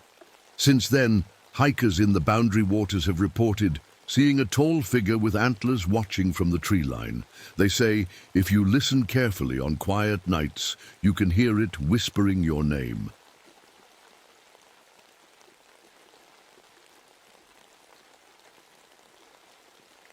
My name is William Okafor, but everyone calls me Will. I've been a park ranger at Redwood National Park for almost 8 years now. This is my story. One I'm still not sure I should be telling. But people need to know what's happening in these woods. It all started on a foggy morning last spring. The kind of morning where mist hangs between the giant redwoods like ghostly curtains. I was walking one of the remote trails, doing my regular checks. The ground was wet with dew and spider. Webs glistened between the ferns like tiny crystal nets. The sun was just breaking through the tops of the trees, hundreds of feet above my head. It made these beautiful golden spotlights on the forest floor. On mornings like this, I remember why I gave up teaching at the university to work here. Nothing beats being surrounded by these ancient giants. I stopped to take some moisture readings. We'd been having an unexpected drought, and I needed to track how it was affecting different parts of the forest. The rich smell of dirt and wet bark filled my lungs as I knelt down. This is the smell of home to me. In a small clearing nearby, a family of deer was eating quietly. They didn't run when they saw me. They know me by now. I've always moved carefully through their home, respecting that I'm just a visitor here. As I continued down the trail, something caught my eye. The ferns and mosses in this section were growing way too fast. I have 2 PhDs, one in forestry and one in mycology, that's the study of fungi, and what I was seeing didn't make scientific sense. Plants don't grow this quickly, especially not during a drought. The forest suddenly went quiet. No woodpeckers tapping on trees, no squirrels chattering. Just silence. The trail ahead looked like no one had walked it for years, even though our maintenance crew had cleared it just 3 days ago. Somehow, years of growth had happened in less than a week. That's when I found the backpack. It was sitting just off. The trail and moss was already growing over it, aggressive, thick moss that had nearly swallowed the whole bag. That's not normal. Synthetic materials like nylon take months or years to start breaking down, not days. The air felt wrong too. While the morning was cool everywhere else, this section felt warm and humid, like a tropical rainforest instead of Northern California. My skin prickled with sweat as I examined the backpack. I tried to radio back to headquarters about what I'd found, but all I got was static. My radio never fails in this part of the forest. Something was blocking the signal. I'm tall, 6'4", and pretty strong from years of fieldwork, but standing there in that unnaturally silent grove, I felt small, very small. And for the first time in my life, I felt unwelcome in my beloved forest. I reached down to touch the journal sticking out of the backpack, my fingers brushing against moss that seemed to pulse under my touch. The curved scar on my face, a reminder. From a logging protest that turned violent years ago, began to throb as if warning me. I've always been good at noticing patterns. It's why I'm good at my job. My colleagues think I'm a bit weird for it, but I can spot changes in the forest that nobody else sees. And everything around me was screaming that something was very, very wrong. I pulled out my own worn field journal, the one filled with a decade of sketches and notes about fungi and growth patterns throughout the park. I need to document this. I thought, no one will believe me otherwise. As I started to sketch what I was seeing, I found myself reaching for the wooden flute that hangs from my belt. My Nigerian father carved it for me when I was a boy. I often play it when I'm alone in the woods. The music calms me and helps me think. But today, my fingers trembled as they touched the smooth wood. Something was happening in my forest. Something that shouldn't be possible, and I was the only one who knew. I knelt down to get a closer look at the strange growths on the forest floor. What I saw made my stomach tighten. Fungi were growing in perfect circles, not random like they should be, but arranged as if someone had planted them that way on purpose. Even more disturbing were the slime molds. Normally these weird organisms just spread out in random patterns, but here they were forming shapes like arrows, all pointing deeper into the forest where no trails existed. It was as if they were trying to tell me something or lead me somewhere. My heart beat faster as I stood up. 20 years studying plants, and I'd never seen anything like this. A few yards away, I spotted one of our research cameras. We set these up to take pictures when animals walk by, but this one was completely covered in moss, thick, pulsing moss that seemed to breathe. When I pulled some of it away, I found the memory card was missing. "Hello?" I called out, wondering if another ranger or maybe a lost hiker had been here. "Anyone there?" Only silence answered me. I turned back to the backpack and carefully opened it. Inside was a journal, its pages damp but still readable. I flipped through it, and what I read sent a chill through me. Day 3. Something strange is happening in this section of forest. At night, I swear I can see movement in the trees, but when I shine my flashlight, nothing's there. Day 5. The moss around my campsite has doubled in size overnight. That's not possible, is it? I'm going to move my tent tomorrow. Day 7. I can hear it now. The moss has a heartbeat. I'm not crazy. It beats like a heart. I need to get out of here. That was the last entry. I looked at the date, just 1 week ago. I put the journal in my pocket and started searching the area for any sign of the missing hiker. That's when I noticed something that made my blood run cold. Tree roots that had pulled themselves out of the ground. They stretched across the forest floor like giant fingers or tentacles, some forming perfect squares and triangles. Nature doesn't make perfect shapes like that. Ever. Following these unnatural root patterns, I moved deeper into the untrailed section of forest. About 50 yards in, I found a scrap of fabric, a piece of what looked like a hiking jacket, somehow grown into the bark of a tree hundreds of feet from any trail. It wasn't just stuck there. It was like the tree had absorbed it. "This isn't happening," I whispered to myself, but it was. Some of the trees had a red substance oozing from their trunks. It looked like sap, but was darker, thicker. I took out my field microscope kit, the small one I always carry, and took a sample. What I saw made me drop the slide. The sap contained red blood cells, human red blood cells. I backed away from the tree, my hands shaking.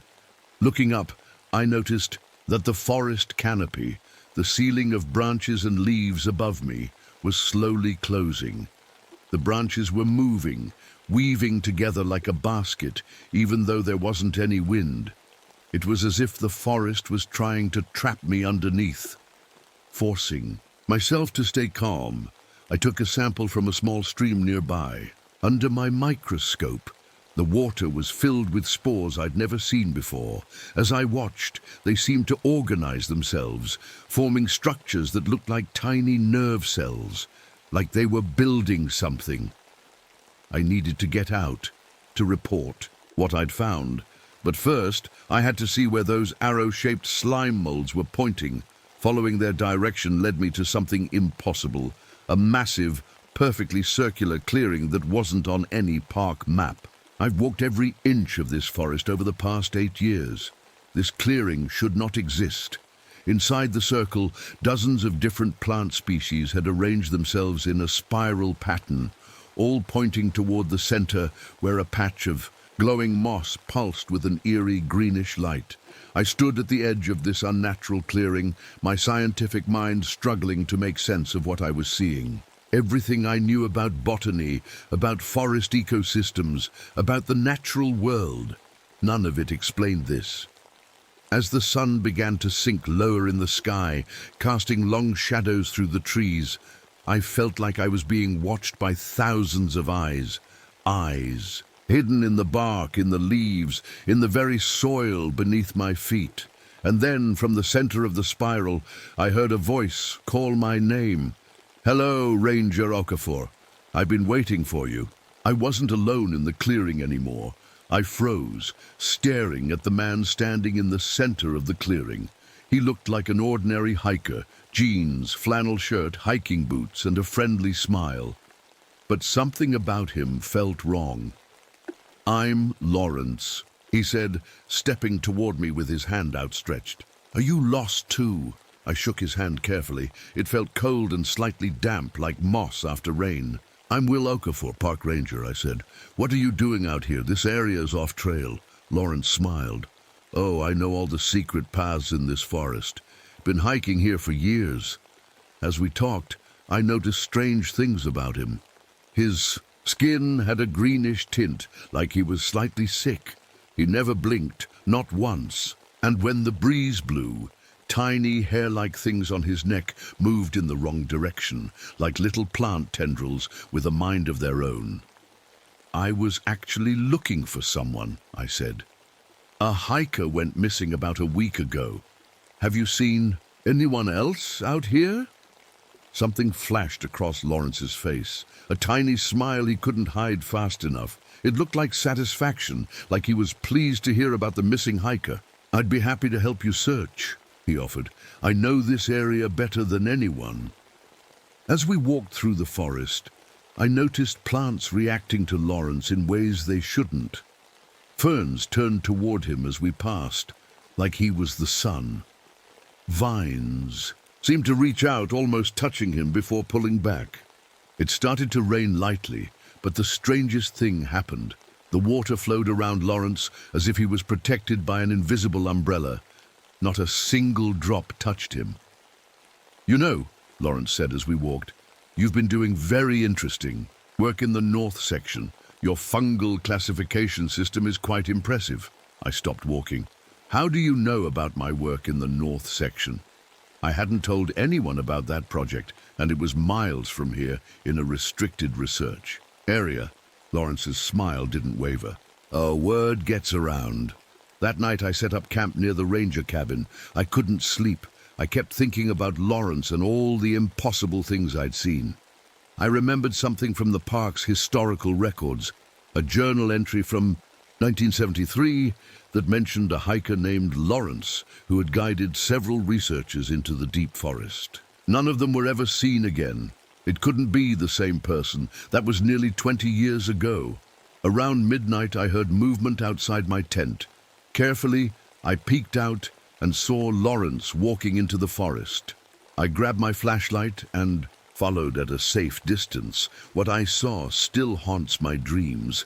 In a small clearing lit by moonlight, Lawrence stopped and raised his arms. Then his body began to change. It was like he was melting, but instead of becoming a puddle, he spread out into the forest floor. His skin became moss, his hair turned into tiny ferns, his clothes dissolved into fungus. Within minutes, there was no Lawrence anymore, just a moving mass of plants that spread across the ground like a living carpet. I must have made a noise because suddenly the plant mass stopped moving. A section of it rose up, forming a shape that vaguely resembled a head. It turned in my direction. I ran faster than I've ever run in my life, back to my tent, then past it to my truck. I drove straight to the ranger station and locked myself inside. The next morning, I convinced myself I had imagined it all. Stress, lack of sleep, maybe I'd touched some hallucinogenic fungus without realizing it. But deep down, I knew what I'd seen was real. I went back to the forest, telling myself I needed evidence before reporting anything. If I told my boss I'd seen a man turn into plants, they'd think I was crazy. Lawrence was waiting for me at the trailhead. "Good morning, Will," he said, smiling that same perfect smile. "Ready to continue our search?" I nodded, unable to find words. Up close, I could see tiny mushrooms growing at his hairline, half hidden but definitely there. "You know," Lawrence said as we walked, "I've been watching you for weeks. You're different from the others. You understand the forest. You respect it." "The others?" I asked, my mouth dry. "The backpacker you're looking for, the researchers before them. They took from the forest, they cut samples, they trampled roots, they treated this place like it was dead matter instead of a living being. And what happened to them?" I asked, though I was afraid I already knew the answer. Lawrence's smile widened. "They became part of something greater, part of us." He reached out and touched a tree trunk. The bark rippled like water. "You see, Will, this forest is more than just trees and plants growing near each other. It's one organism, one mind spread across thousands of bodies, connected through the roots, the spores, the very soil. and I am its voice." As he spoke, I noticed the ground around his feet sprouting new life, tiny mushrooms and moss growing in real time, spreading outward from where he stood. "What are you?" I whispered. "I am the forest," Lawrence replied. "Or rather, the forest is me. We are the same thing now. And Will," he leaned closer, his breath smelling of wet earth and decay, "we would like you to join us." I backed away from Lawrence, my mind racing. Join them, become part of whatever this thing was. "I need to think about this," I said, trying to keep my voice steady. Lawrence nodded. "Of course, but don't take too long. The forest is growing impatient." I turned and walked away, moving as calmly as I could. As soon as I was out of sight, I started running toward the main trail. I had to get out, to warn someone, but after 20 minutes of running, I found myself back at the circular clearing with the spiral pattern. Somehow, the trails had changed. I tried another direction and another, but every path led back to the same spot. The forest had rearranged itself overnight. It was keeping me here. Lawrence stepped out from behind a tree, but he looked different. Now, parts of his face were melting away, revealing a mass of writhing vines and mushrooms underneath. He wasn't trying to look human anymore. "Join us willingly, Will," he said, his voice now sounding like rustling leaves. "It's better that way. You'll keep your thoughts, your memories. You'll become part of something ancient and powerful. The others fought us, and now they're just nutrients." "The others like the missing backpacker?" I asked, "and the researchers before them, and the loggers before them." Lawrence's half-human face smiled. "They're all here, in a way. Their knowledge is our knowledge now." To show me what he meant, Lawrence, or the thing pretending to be Lawrence, raised his arms. The ground rumbled, and then I saw something impossible. The trees around us pulled their roots from the soil and began to move, dragging themselves across the ground to block all possible escape routes. "You see," Lawrence said, "we are the forest. Every root, every leaf, every spore, and we're growing stronger." I was trapped. My mind raced, searching for a way out. That's when I heard someone calling my name. "Will, Will, are you out here?" I recognized that voice. Miguel Reyes, my research assistant. He must have come looking for me when I didn't check in. "Miguel!" "Stay back," I shouted, but it was too late. He emerged from between two trees, relief on his face when he spotted me. "There you are. Everyone's worried sick. You've been gone for 2 days," and he stopped mid-sentence when he saw Lawrence, whose body was now more plant than human. Before Miguel could run, vines shot out from Lawrence's arm, wrapping around my assistant's legs and pulling him forward. More vines and moss grew rapidly over Miguel's body as he screamed. I watched in horror as the plants began to sink into his skin, merging with him. "No!" I lunged forward, grabbing Miguel's hand, trying to pull him free, but the vines were too strong. As I struggled, my compass fell from my pocket. It landed on one of the vines, and something unexpected happened. The vine recoiled, as if in pain. The metal had hurt it somehow. A memory flashed in my mind. The metal fire breaks stored at my research station. Large sheets of metal used to help control forest fires. If the entity couldn't touch metal... "Lawrence, wait," I said, letting go. "Of Miguel."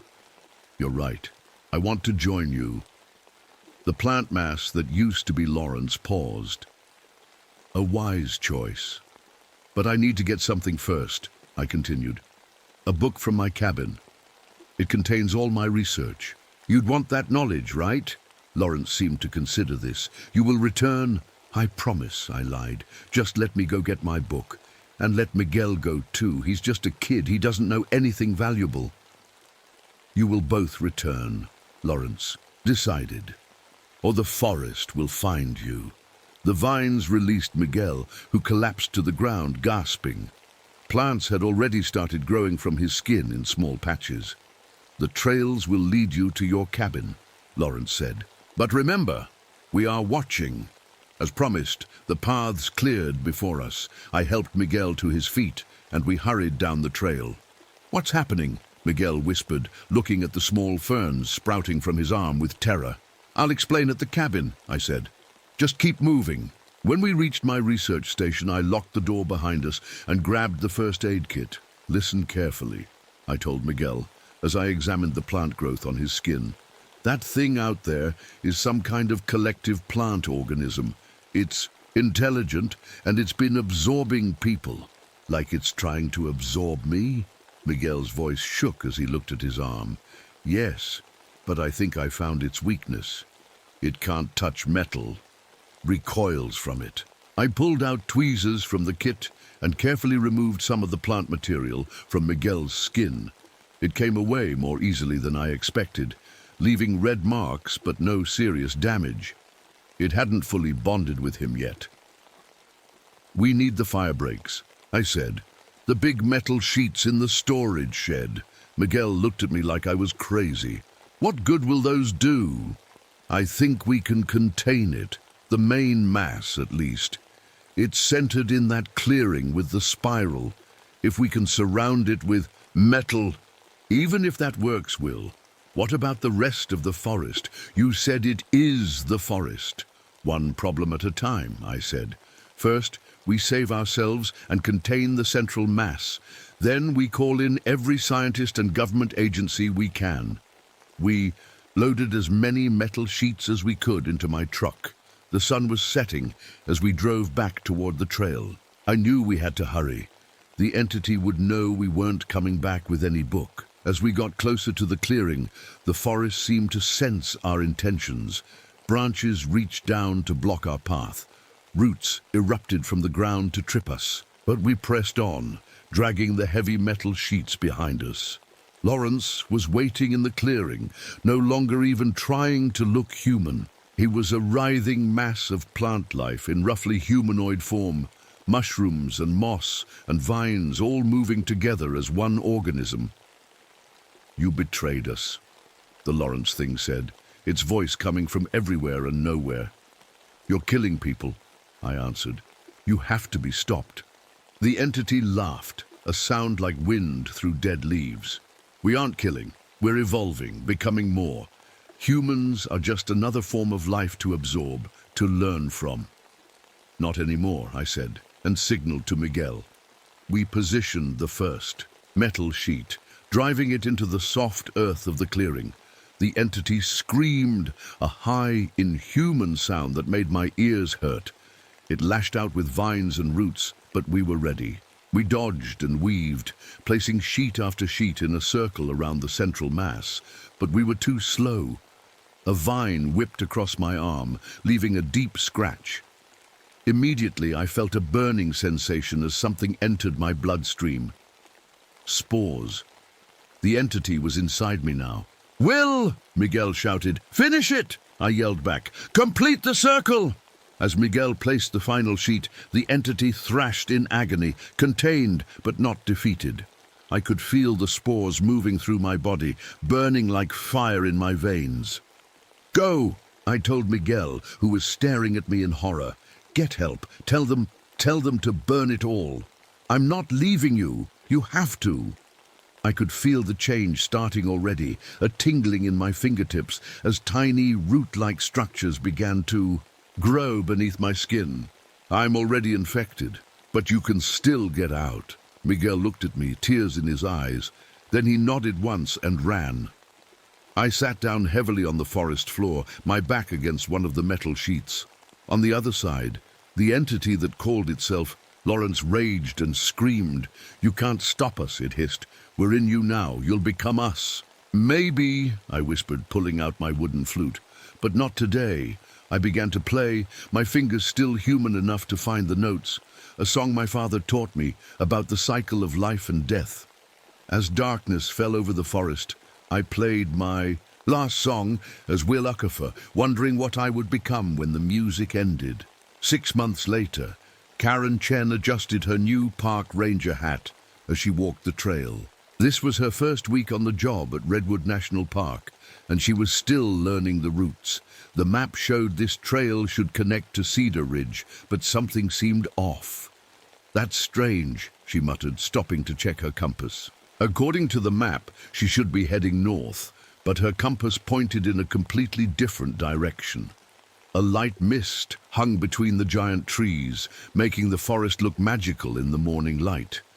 Karen had loved these redwoods since she was a child, which is why she'd been so excited to get this job. I must have taken a wrong turn, she said to herself, turning around. That's when she noticed a small path she hadn't seen before. It wasn't on her map, but it looked well used. Curious, Karen followed it. After about 10 minutes, the path opened into a perfect circle of trees. Karen gasped. In all her years hiking these woods, she'd never seen anything like it.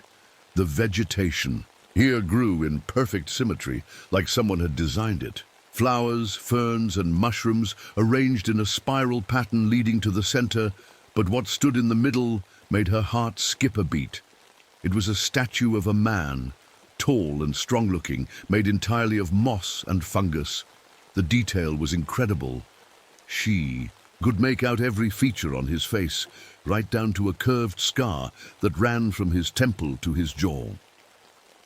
His hand held what looked like a wooden flute, frozen in mid-play. Karen stepped closer, amazed by the craftsmanship. Who could have made something like this all the way out here? As she approached, she noticed something unsettling. Tiny drops of red liquid, like sap, were leaking from the statue's eyes, as if it were crying. "Hello?" she called out, wondering if the artist might be nearby. The forest went completely silent. No birds, no rustling leaves, nothing. Karen reached out to touch the statue's hand. The moss felt strange, warm and slightly pulsing, like it had a heartbeat. She pulled her hand back quickly. As she did, she could have sworn the statue's fingers moved slightly. A rustling sound made her turn. A Forest Service backpack lay at the edge of the clearing, partially covered in moss. It looked like it had been there for months. Karen approached it cautiously and saw a name tag. W. Okafor. Will Okafor? She said aloud. She'd heard that name during her orientation. A ranger who had gone missing in the spring. There had been a huge search, but all they'd found was his truck parked at a remote trailhead. Karen looked back at the statue, a chill running down her spine. The face. It looked like the photo of Will they'd shown during training. But that was impossible. A soft sound floated through the air, the gentle notes of a wooden flute. But there was no one playing. The music seemed to come from the statue itself, or maybe from the trees all around. As Karen listened, frozen in place, tiny shoots of moss began to creep up around her boots, so slowly she didn't notice at first. The statue's eyes seemed to be looking right at her now, though she was sure they had been closed before. "This isn't real," Karen whispered to herself. "This can't be real." She backed away slowly, her heart pounding. As she reached the edge of the clearing, she glanced down and saw the moss that had begun to cover her boots. With a cry, she kicked it off and turned to run. Behind her, the music grew louder, more urgent. The path she had followed was gone. Just solid wall of trees where it had been moments before. Karen pulled out her radio. "Base, this is Ranger Chen. I need help. She looked around, trying to figure out where she was. "I'm in some kind of clearing. There's something weird here, something alive." Only static answered her. She tried again. "Base, please respond. There's something wrong with the forest. I found Ranger Okafor, or something that looks like him." More static. Then a voice broke. Udru. Not the voice of the ranger station, but a man's voice, gentle and sad. "They won't hear you," it said. "Not in this place." Karen spun around. The statue hadn't moved, but the voice seemed to come from it. "What are you?" she whispered. The moss on the statue's face shifted into a sad smile. "I was Will Okafor. Now I'm something more. Part of the forest. Part of it. But still me enough to warn you." "Warn me about what?" "It's growing stronger, the entity, the collective. It's contained for now, but the metal is corroding. It will break free soon. Karen took another step back. I don't understand. The forest is alive, Karen. Not like we thought. It thinks, it learns, it absorbs. The statue's hand moved slightly, gesturing to itself. This is what's left of me, enough humanity to remember, to warn others. How do you know my name? Karen's voice trembled. The forest knows, it watches, listens. The statue, Will, raised its moss-covered hand. You need to go, now, before it realizes I'm helping you. Follow the music, it will lead you out. The flute music changed, becoming more directional. It seemed to be coming from Karen's left. But what about you? Karen asked. The statue's face rippled with what looked like pain. There is no me anymore. Not really, just memories, fighting to protect others from my fate. Red sap tears flowed faster now. Go. Tell them to burn this section, it's the only way. Karen hesitated, then turned and ran in the direction of the music. Behind her, she heard a horrible sound, like tearing fabric but wetter, organic. She didn't look back. The music led her, through impossible turns, past trees that seemed to reach for her, but always just missed. Finally, she burst out onto a main trail, recognized it as Redwood Loop. She ran all the way back to the ranger station, gasping for breath as she pushed through the door. I found him, she panted. I found Will Okafor. The other rangers stared at her in confusion. Karen, are you okay? Asked Jim, the head ranger. You look like you've seen a ghost. Not a ghost, she said. Something worse. She told them everything, the clearing, the statue, the voice, the warning.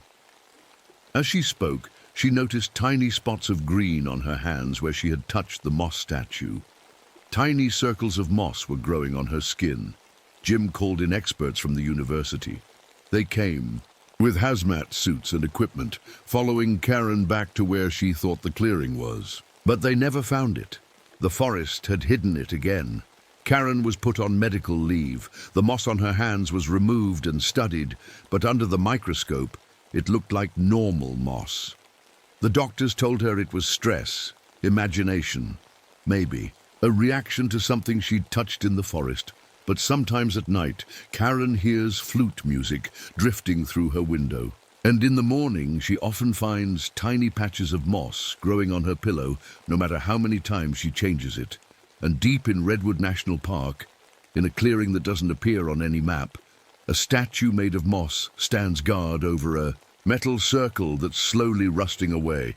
Red tears drip from its eyes as it plays a wooden flute, warning those who can hear it to stay away. Because in this ancient forest, something is growing. Something old and patient and hungry.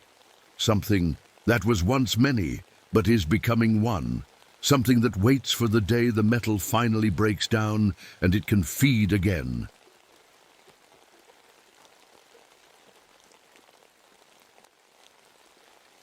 My name is Catherine Sullivan, but everyone calls me Kate. I've been a park ranger at Glacier National Park for almost 10 years now.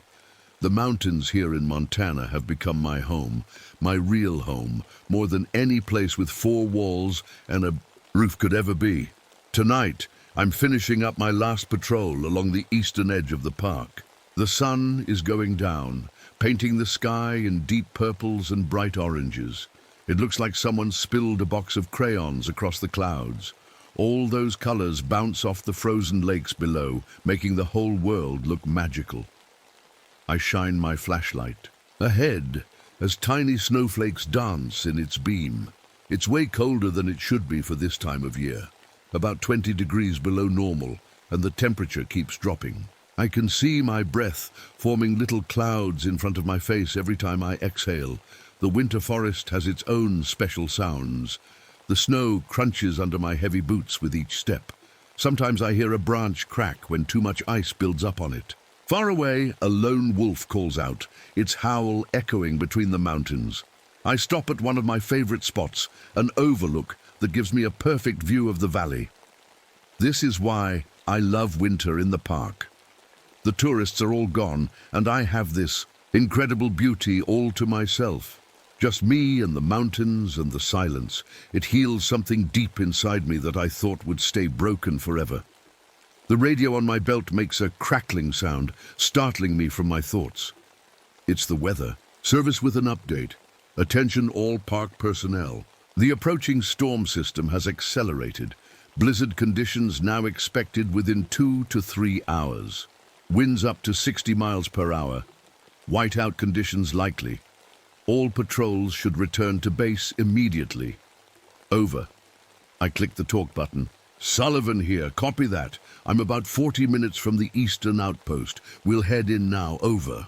As the daylight fades into twilight, something catches my eye.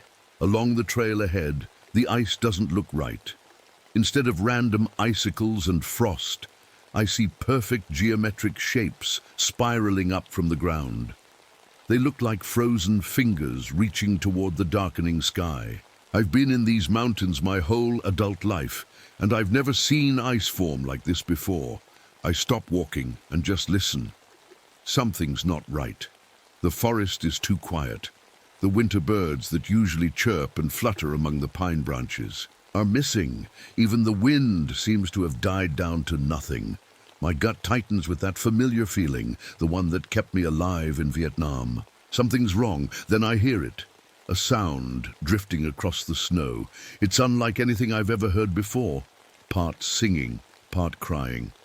It's too musical to be an animal, but it doesn't sound human either. It makes the hair on the back of my neck stand up. I'm about to radio it in when my device crackles again. This time it's not the weather service. Mayday, mayday! This is climbing team Delta at Dragon's Tooth Peak. We're stuck at the north face. There's something wrong with the ice up here. The routes are all blocked by... I don't know how to describe it. The ice formations aren't natural. We need immediate assistance. Temperature dropping rapidly. Over. I recognize the voice. It's Mike Chen, one of the most experienced climbers I know. If he's spooked, it's serious. I press the talk button. This is Ranger Sullivan. I copy your distress call, Team Delta. Be advised, severe weather approaching. What's your status? Any injuries? Over. The radio crackles with static before Mike's voice returns, sounding even more stressed than before. No injuries yet, but Sarah says the temperature has dropped another 15 degrees in just the last 10 minutes. That's not natural, Kate, and the ice... It's moving. I swear it's moving when we're not looking at it. We need help now. I look up at the darkening sky. The storm is coming in fast, and I know I should head back. But there are 4 people up on that mountain who might not survive the night without help. Hang tight, Delta. I'm on my way. Keep your radio on. Over. As I change direction and start heading toward Dragon's Tooth Peak, I can't shake the feeling that I'm being watched. I grip my flashlight tighter and increase my pace, the unnatural. Ice formations seeming to multiply along the path ahead. I've faced blizzards, bears, and avalanches in these mountains. But for the first time in years, I feel afraid, and I don't know why. As I hike toward Dragon's Tooth Peak, my old shoulder injury starts to ache. It always does when the temperature drops this low. The scars on my left shoulder and back feel tight under my layers of clothing, a permanent reminder of my past life. Before I became a ranger, I was a combat medic in Vietnam. I still remember the heat and humidity there, so different from the freezing cold of these mountains. I was supposed to save lives, and I did save many, but I couldn't save them all. Sometimes at night, I still hear the sounds of helicopters and people shouting for help. The mountains helped me heal in a way that nothing else could. After I came back from the war, I couldn't handle being around crowds or loud noises.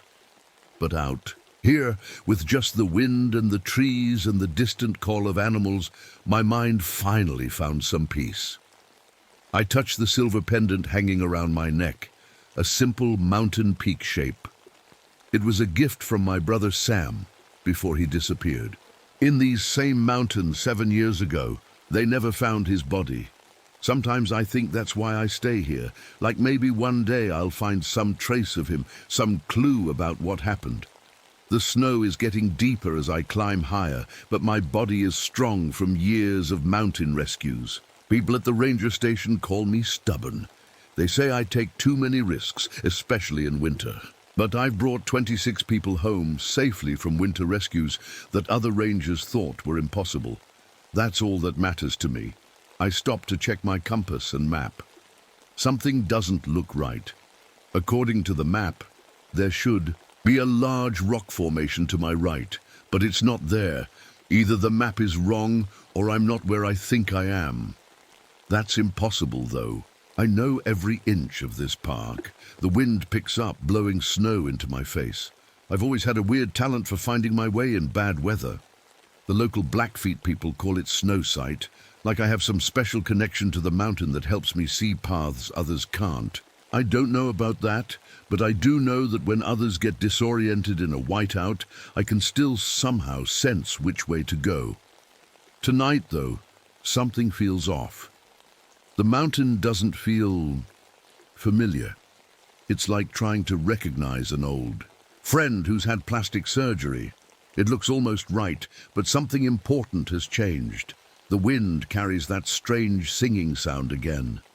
It makes me think of the 3 rescues I failed, the faces of the people I couldn't save. Jenny Larson trapped under an avalanche back in '68, the Hoffman brothers caught in a sudden storm in '70. I found them all too late. Their faces visit me in my dreams, especially in winter. I shake the thoughts away and keep moving. The stranded climbers need me focused, not lost in old memories.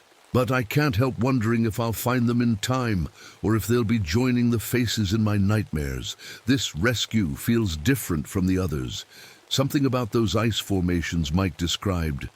It reminds me of the strange shapes I saw on the trail earlier, and that singing, it's getting louder as I climb higher, though it seems to come from everywhere and nowhere at once. As night fully sets in, I turn on my headlamp. The cold bites at my exposed skin, but I'm used to it. People think I'm strange for preferring the honest dangers of wilderness to the complications of the city. Out here, threats are simple. Cold, hunger, gravity. People are much harder to predict. Check my radio again. Team Delta, this is Ranger Sullivan. What's your exact position? Over. There's only static in response. I try again, but nothing comes through. Either their radio has died or something is blocking the signal. I look up at the mountain peak looming above me. Dragon's Tooth looks sharper than usual against the night sky, its jagged outline reminding me of teeth in an open mouth. I have to keep going. Those climbers are counting on me, and I refuse to add 4 more faces to my nightmares. The higher I climb, the stranger things get. I spot footprints in the snow, normal human boot prints at first, but as I follow them, they start to change. They get longer, like whoever made them was suddenly taking huge steps. And then, the weirdest thing happens. They just end.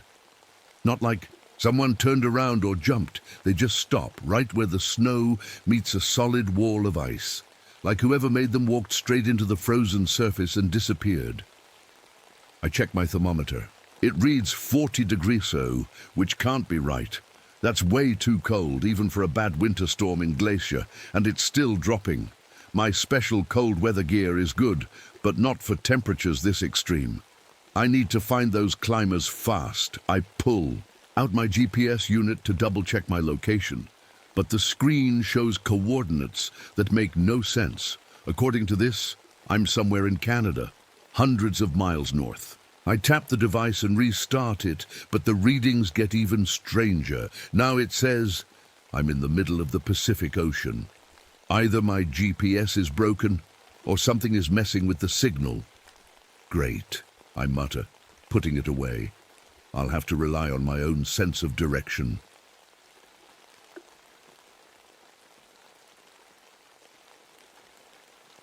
My name is Diane Vasquez, and I've spent 15 years working as a park ranger in the cool darkness of Carlsbad Caverns. These limestone caves in New Mexico have been my second home for a long time now. Most people get scared of dark places, underground, but not me. At least, that's what I always thought. Today started like any other day.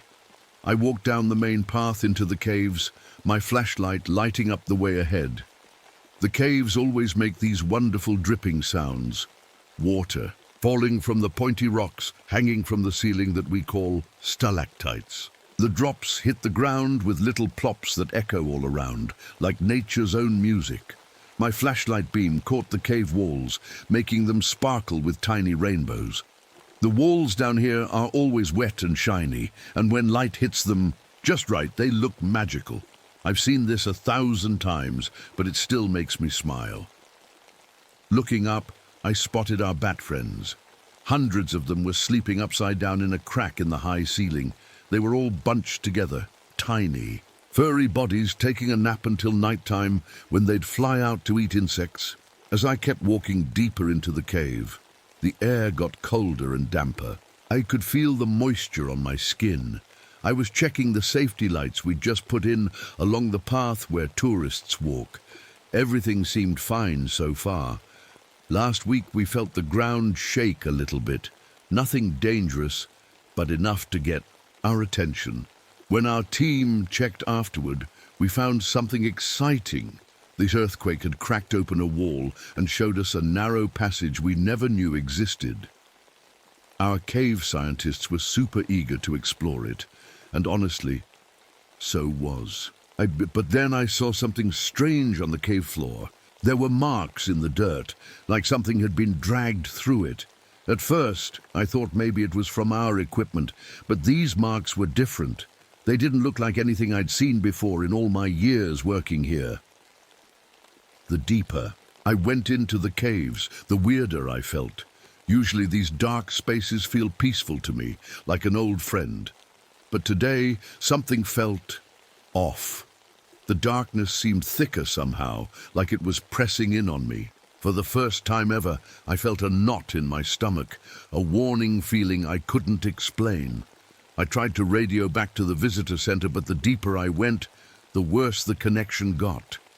At first it was just static, but then it turned into this high-pitched sound that hurt my ears and made my teeth feel funny. Something wasn't right in the caves today. And despite all my years of experience, all my comfort in these underground passages, a voice in the back of my mind was telling me to turn around, to head back to the surface while I still could. But I didn't listen, and that was my first mistake. I guess I should tell you a bit about myself. I'm 42 years old, and I've loved caves since I was a little girl. My dad was a cave scientist, a geologist, they call it. He used to take me exploring in the small desert caves all around New Mexico. By the time I was 12, I knew more about what's under the ground than most grown-ups. I'm not very tall, but I'm strong and skinny, which is pretty good for a cave explorer. Some of the tunnels down here are really tight, and bigger people can't squeeze through them. My size has saved me more than once when I needed to get through a narrow spot. My hand went to the small silver medal hanging around my neck, St. Barbara, who watches over miners and people who work underground. My dad gave it to me on my first day as a park ranger. He's gone now, but I still feel like he's with me when I touch it. In my backpack, I always carry my special notebook. It's full of maps I've drawn by hand of all the lesser-known parts of the cave. Some spots aren't on the official maps, but they're in my book. It's like my own secret guide to Carlsbad that I've been working on for 15 years. Lately, I've been spending even more time down here, in the quiet darkness. 3 months ago, my husband Tom and I got divorced. 17 years of marriage done. The silence of the caves helps me think, helps me forget about going home to an empty house. As I walked deeper, checking the safety lights, I remembered the family I saved 3 years back. A small rock slide had blocked their way out, and the mom had broken her ankle. I found a tiny gap that only I could fit through, and I got help to them before the little one's asthma got too bad. The park gave me an award for bravery, but honestly, I was just doing my job. Something about the tunnel ahead didn't look right. I've been walking these paths for so long that I notice even tiny changes. The shape of that rock formation seemed different somehow. Had something moved it? That shouldn't be possible. These formations take thousands of years to grow even an inch. I know my co-workers worry about me sometimes. Diane goes too far on her own, they say. One day she'll get in trouble with no backup. Maybe they're right, but I've always felt safe down here. Until today. The funny thing is, when I was young, small spaces used to scare me. I'd get all sweaty and panicky if I felt trapped. I've spent my whole career fighting that fear, pushing it down deep inside me. Usually I win that fight, but today, as the passage got narrower, I could feel that old fear bubbling up again. One thing that's always helped me in the caves is my good ears. I can tell which way to go just by the echoes of my footsteps or the dripping water. Each chamber has its own special sound, like a fingerprint made of echoes. But today, the sound seemed wrong somehow. Echoes came back from places where there shouldn't be any space. It was like the cave itself was changing around me. I stopped and listened carefully. The drip seemed faster now, more urgent. And underneath them, I thought I heard something else. Something that didn't belong in a cave at all. I moved closer to the newly found crack in the wall, the one the earthquake had opened up. That's when I heard it, a sound that made the hairs on my arms stand up. It was like whispers mixed with scratching, like hundreds of tiny claws scraping on rock. Caves aren't supposed to make sounds like that. Shining my flashlight around, something caught my eye. Stuck in the wall was an old Park Service radio, the kind they used back in the 1950s. It was halfway buried in the flowstone. That's the smooth rock that forms when minerals in the water build up over time. For that radio to be that deeply embedded, it must have been there for decades. But how did it get there? And who did it belong to? I continued my inspection of the tourist path lights and noticed they were starting to dim and flicker. That was weird. We had just put in fresh batteries yesterday. They should have lasted at least a week. The ground near the new crack caught my attention. There were footprints in the soft silt of the cave floor. They started out looking normal, like someone wearing boots. But as they got closer to the crack, they changed. The front of the prints got longer, like whoever made them had started to drag their feet, or like their feet were stretching out somehow. I told myself it must be a trick of how the dirt had fallen, but deep down I wasn't convinced. It was cold down here, always is. But as I got closer to the new passage, the temperature dropped so much I could see my breath clouding in front of my face. That shouldn't happen hundreds of feet underground in the New Mexico desert. The temperature in caves usually stays the same all year round. I pulled out my compass to mark the direction of the new passage in my notebook, but the needle just spun wildly round and round. My mapping tools went crazy too when I pointed them toward the crack. It was like something was messing with anything electronic or magnetic. A bit further on, I found something that made my stomach twist. It was Mike's hard hat. He's one of our maintenance guys. It was lying on the ground next to his tools, but the tools weren't scattered like he'd dropped them in a hurry. They were arranged in a perfect circle, like someone had placed them that way on purpose. Mike had checked in for work this morning. Where was he now? Suddenly, there was a rush of air and squeaking sounds above me. I looked up to see the bats, all of them, flying in a panic toward the cave exits. This was all wrong. Bats don't fly in the daytime unless something scares them badly. My light fell on the wall near the new crack, and I saw something growing there. At first I thought it was cave mold or lichen, but this was different. It looked almost alive. When my light hit it, it seemed to pulse slightly, like it was breathing. That's when my flashlight caught something moving. Just for a second, I saw something pale and long slip into a crack in the wall. It moved so fast and smooth, like water flowing. It was too big to be a cave rat or any animal that should be down here. And it definitely wasn't human. I should have turned back right then. Every bit of my experience, every instinct was screaming at me to head for the surface. But instead, I took a step closer to the new passage. "Hello?" I called out.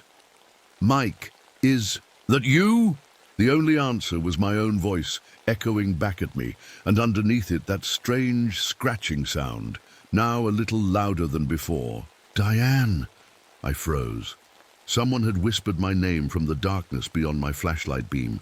The voice sounded exactly like Tom, my ex-husband, but that was impossible. Tom had never been to this part of the cave. He hated tight spaces and barely came to the main tourist areas when we were married. "Tom," I called out, knowing it couldn't be him. I pointed my flashlight toward where the voice had come from, and that's when I saw it. Not fully, just parts of it in the edge of my light. It was pale white, like something that had never seen the sun. It looked almost human-shaped, but wrong. Its arms and legs were way too long, and they bent in places where joints shouldn't be. Its skin was so thin I could see dark lines running beneath it, like veins, and it had no eyes. Where eyes should have been, there was just smooth, pale skins. I pointed my light directly at it. My flashlight started to dim, like the batteries were suddenly dying, or like the thing was somehow sucking the electricity right out of it. It moved then, sliding into a crack in the wall that couldn't have been more than 2 inches wide. I thought there was no way it could fit, but it did. Its body squeezing and stretching like it was made of putty instead of flesh and bone. Then, a few seconds later, I saw it reform on the other side of the crack, pulling itself back into that almost human shape. My radio crackled to life, making me jump. "Diane, we need help. We're trapped in the echo chamber. Please respond." It was Jeff's voice, one of my fellow rangers. The echo chamber was deeper in the unmapped section of caves. "Jeff, what are you doing down there? That area isn't safe." I responded, but got only static in return. Then another voice. "Diane, help! We can't find our way out." This time it was Lisa from the visitor center. Something wasn't right. Lisa was supposed to be at the front desk today, not in the caves at all. And the voices, they were too perfect, too clear despite the static. I realized then that the thing was mimicking my colleagues' voices, trying to lure me deeper into the caves. I turned around, intending to head back to the surface and get help. That's when I saw a small opening I hadn't noticed before. Inside was a chamber filled with park service equipment, old helmets, radios, tools, dating all the way back to the 1930s when the caverns first opened to tourists. Some had name tags. The names matched people who, according to old park records, had gone missing over the years. This thing, whatever it was, had been hunting here for generations. Movement caught my eye again, not in one place, but several. The creature seemed to be in multiple passages at once, making me wonder if there was more than one of them. They were herding me, I realized. Each time I tried to move toward the exit, one would appear, forcing me to go deeper into the cave. Instead, I climbed over a sharp rock formation and felt a sting on my palm. Looking down, I saw I'd cut myself. Blood welled up from the small cut. Immediately, the air filled with those clicking sounds, louder now and coming from all directions. The creatures became frenzied, moving faster, appearing more frequently. They could smell my blood, I realized. They were hunting me by scent. The clicking noises weren't random. They were echolocation, like bats use. These things were mapping the cave with sound, tracking my every move with terrifying accuracy. I was being manipulated, I realized. Every time I thought I was heading back toward the main tourist cave, one of these things would appear, forcing me to change direction. They weren't just chasing me, they were driving me toward that newly discovered passage. What waited for me there? I clutched my St. Barbara medallion and whispered, "Dad, if you're watching over me, I could really use some help right now." The pale creatures moved closer, surrounding me, herding me toward the darkness of the unknown passage. I was completely lost now.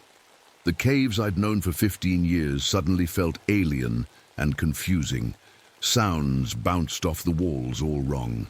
Echoes came from directions that made no sense. When I thought I was heading toward the main cave, the echoes told me I was going deeper instead. Just when I thought things couldn't get worse, I heard real voices calling my name. "Diane!" "Where? Are you?" It was a rescue team. Jeff, Miguel, and Kevin, the new guy who'd only been with us for 3 months. They must have come looking for me when I didn't check in on time. "I'm here!" I shouted. "Be careful! There's something down here!" We found each other in a larger chamber, their flashlights cutting through the darkness toward me. The relief I felt seeing their familiar faces almost made me cry. "What's going on?" Jeff asked. "Your radio kept sending out weird messages." "It wasn't me," I tried to explain. "There's something down here that can mimic voices. It's been trying to lead me deeper into the cave." I could tell they didn't fully believe me. Would I have believed it if someone told me? "We need to get back to the surface," I said. Now. That's when it happened. One by one, their flashlights began to flicker and die. First Miguel's, then Jeff's. Kevin's lasted the longest, but soon we were standing in complete darkness. "Everyone hold hands," I ordered. "Don't let go." But in the panic and confusion, we got separated. I could hear the others calling out, their voices growing more distant as they stumbled around in the pitch black. "It's hunting us," I shouted. "It disables the lights first, then attacks in the dark." I couldn't see a thing, but I could hear those clicking sounds all around us, getting closer. The creatures were circling us in the darkness, where they had all the advantage. My hand went to my neck, feeling for my St. Barbara medallion. As my fingers touched the silver, I heard a hissing sound nearby, like something in pain. On a hunch, I pulled the medallion off my neck and held it out in front of me. I heard that hissing again, and the clicking sounds moved away slightly. "The silver," I called out. "They don't like silver," I tried to think. Where were we in the cave system? If I could figure that out, maybe I could lead us to safety. There was a chamber not far from here that had a natural light source, a thin crack in the ceiling that let in a ray of sunlight during the day. "Jeff, Miguel, Kevin," I shouted. "Head toward my voice. We need to stick together." I could hear them stumbling toward me in the dark. As they got closer, I grabbed their hands. "I think I know where we are," I said. "There's a chamber with natural light not far from here. If we can get there, we might have a chance." Using everything I knew about the cave system, every detail I'd recorded in my notebook over the years, I tried to guide us through the darkness. The silver medallion in my hand seemed to keep the creatures at bay, at least for now. We were so close to the chamber with light when it happened. The clicking sounds suddenly intensified, and something shot out of the darkness right in front of us. It was fully visible now, a nightmare come to life. The creature was pale and twisted, with dozens of jointed limbs sprouting from its body. Its face was almost human, but its jaw unhinged like a snake's, revealing rows of needle-like teeth. Kevin screamed as one of the creature's limbs wrapped around his ankle. Before any of us could grab him, he was yanked backward into a narrow crack in the wall. "Help me!" His scream echoed through the caverns, then suddenly stopped. "Run!" I shouted to Jeff and Miguel. "The light chamber is just ahead." We sprinted forward, the creatures right behind us. I could feel their cold breath on my neck, hear their clicking and scratching just inches away. Finally, we burst into the chamber. A thin beam of daylight cut through the darkness from a crack far above us. It wasn't much, but the creatures seemed hesitant to enter the light. "There's a tight passage on the far side," I gasped, pointing. "It leads to the main tourist cave." "You two go first." "What about you?" Miguel asked. "I'll hold them off with the medallion," I said. "Go!" Jeff and Miguel squeezed into the narrow passage. I stood at the entrance, my silver medallion held out before me like a shield. The creatures circled in the shadows just beyond the light, clicking and whispering in voices that weren't there. "Own!" One of them darted forward faster than I could react. I felt a sharp pain as its claws raked across my stomach. Warm blood soaked through my shirt. In desperation, I lunged forward and jammed my medallion into the creature's throat. It let out a horrible shriek and began to convulse violently. With the last of my strength, I dragged myself into the narrow passage after Jeff and Miguel. The light was fading from my eyes, but I could see the main cave just ahead. Safety was so close. I don't remember much after that. Jeff told me later that they dragged me through the passage and got me to the surface. The park medics worked on me for what seemed like hours before the helicopter came to take me to the hospital in Carlsbad. The doctors said I was lucky to be alive. The wounds on my stomach were deep, but somehow they missed anything vital. When they asked what happened, the official story was that I'd fallen onto sharp rocks during a cave inspection. Who would believe the truth? I spent 3 weeks in the hospital. During that time, search parties went looking for Kevin, but they never found him. They sealed off the passage where we'd last seen him with warning signs, but they kept the caves open for tourists. Money. Talks, I guess. When I finally went back to work, things had changed. The park superintendent called it a reorganization, but really, they didn't want me leading tours anymore. Too many questions about my scars, about what really happened down there. So now I work in the visitor center, answering questions about stalagmites and the bat colony. 1 month after I returned, 3 geology students went missing during an approved research expedition. They'd been studying the area near the newly discovered passage. The search parties found their equipment neatly arranged in a perfect circle. That was when they finally decided to permanently seal the passage. They brought in tons of concrete and closed it off completely. Said it was structurally unsound. I still work at the caverns. I know, it sounds crazy after what happened. But where else would I go? What else would I do? The caves have been my life, and someone needs to be here who knows the truth, who can watch for the signs. Sometimes the tour guides come to me with strange stories. They say when they pass near the concrete barrier, they hear a woman's voice calling for help from the other side. My voice, they say. And when they get close to listen, their flashlights always fail. I tell them it's just the wind in the caves playing tricks. What else can I say? But at night, when the tourists have gone home and the caves are quiet, I sit in the empty visitor center and touch the scars on my stomach. They've healed, but they still ache when it rains or when the barometric pressure changes. Like right now, like it does before an earthquake.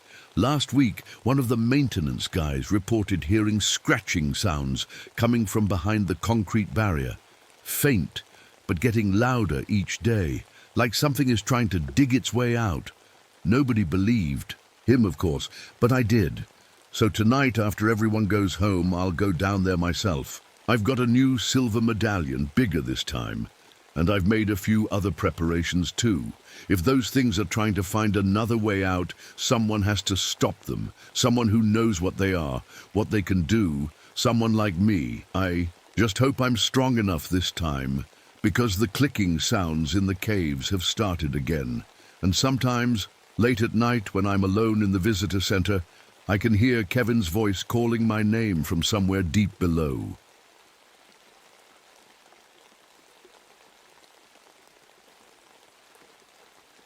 My name is Vincent Delacroix, but everyone calls me Vince. I've been a park ranger here in the Okefenokee swamp for 12 years now, and there's no place on earth I'd rather be. Well, at least that's what I used to think. It was just after sunrise, when it all began. I was guiding my airboat through the dark water channels, watching the pink-orange light of dawn reflect off the surface. The morning was so quiet and peaceful. Times like these, it feels like I'm the only person left in the world. The Spanish moss hung down from the old cypress trees like ghost curtains, dipping their long fingers into the still water.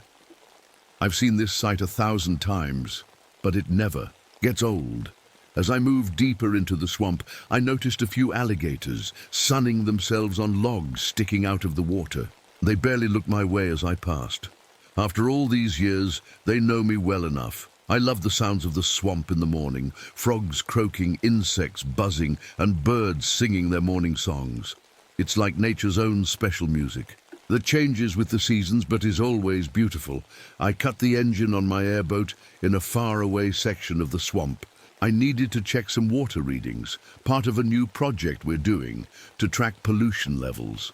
As the boat drifted to a stop, the gentle rocking was almost enough to make me sleepy. That's when I first noticed the smell. It hit me suddenly. A terrible stink like rotten eggs mixed with skunk spray and dead animals. It was so strong my eyes started watering. In all my years in the swamp, I'd never smelled anything like it. Then something even stranger happened. All the sounds of the swamp, all those frogs and birds and insects, they just stopped. Complete silence fell over everything. The quiet made the hair on the back of my neck stand up. Something wasn't right. I scanned the water around me and saw ripples in the distance. Something big was moving out there, too big to be an alligator, but moving with purpose, like it knew exactly where it was going. When I steered my boat toward a nearby mudbank, I spotted unusual tracks in the soft ground. They had 5 toes and were almost 20 inches long. In all my years studying the animals in this swamp, I'd never seen tracks like these before. I grabbed my radio to call back to the ranger station, but all I got was broken pieces of conversation. I could make out words about missing fishermen and strange sightings before the radio turned to static. That's when I first felt it, the feeling of being watched. Not by anything normal that belongs in the swamp, but by something else. Something that didn't belong here, and deep down I had a sinking feeling that whatever left those tracks was still nearby, hiding in the shadows of the cypress trees, waiting and watching. I didn't know it then, but that morning was just the beginning. The beginning of a nightmare that would change everything I thought I knew about the Okefenokee swamp and about what might be hiding in its darkest corners. I wasn't always a park ranger. When I was younger, I studied animals for a living, mostly the big scary ones that sit at the top of the food chain. I grew up in the bayous of Louisiana, where my Cajun family taught me all about life in the wetlands. My grandmother used to say I had swamp water in my veins instead of blood. My face tells the story of my 44 years on this earth, wrinkles around my eyes from squinting in the sun, and laugh lines from the good times. But most people notice my eyes first, always watching, always alert. You don't survive this long in wild places by letting your guard down. I left my university job years ago after finding signs of a creature that shouldn't exist. When I showed my fellow scientists, they laughed and said I was seeing things. That's when I knew I needed to be out here, where I could search for answers myself. Around my neck, I wear a small leather pouch filled with dried herbs and tiny bones. A gree-gree charm my grandmother gave me for protection. There are things in the swamp older than the land itself, she'd warn me. Things that don't want to be found. As a child, I thought they were just stories to keep me from wandering too far. Now, I'm not so sure. My right leg tells another story. The scars running from ankle to hip came from an alligator attack when I was just 10 years old. The doctors said I might never walk right again, but I worked hard every day until my limp was barely noticeable. Still, on cold mornings like today, my leg aches and reminds me who really rules these waters. The local tribes respect me more than the other rangers. I listen to their stories and believe their warnings about the swamp. They've lived alongside these waters for generations, and they know things no science book could ever teach you. I keep notebooks filled with things I've seen out here that don't make sense. Strange tracks, weird sounds, and sightings that shouldn't be possible. My official reports leave these details out. The Park Service doesn't want to hear about things they can't explain. My fellow rangers call me Swamp Whisperer because I seem to know what the animals are thinking before they act. This gift has helped me save many lives over the years. I can sense when something isn't right, like now. Being out here comes with a price. My wife left 5 years ago, taking our daughter with her. "You care more about that swamp than you do about us," were her last words to me. She wasn't wrong. On quiet nights at the ranger station, their absence feels like a physical pain in my chest. But something keeps pulling me back to these waters, day after day. As I steered my airboat back toward the main channel, I couldn't shake the feeling that something had changed in my swamp. The strange tracks, the horrible smell, the unnatural silence, they all added up to something I'd been both dreading and hoping to find my entire career.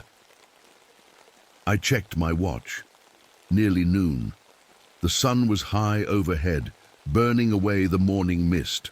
But a chill remained deep in my bones. Whatever was out there, it was watching me. And I had the sinking feeling it had been watching me for a long, long time. My radio crackled to life. "Vince, you copy. We've got reports of a missing fishing boat near your sector. 2 men, father and son, didn't come back last night. Wife's worried sick." I pressed the talk button. "Copy that. I'm heading that way now."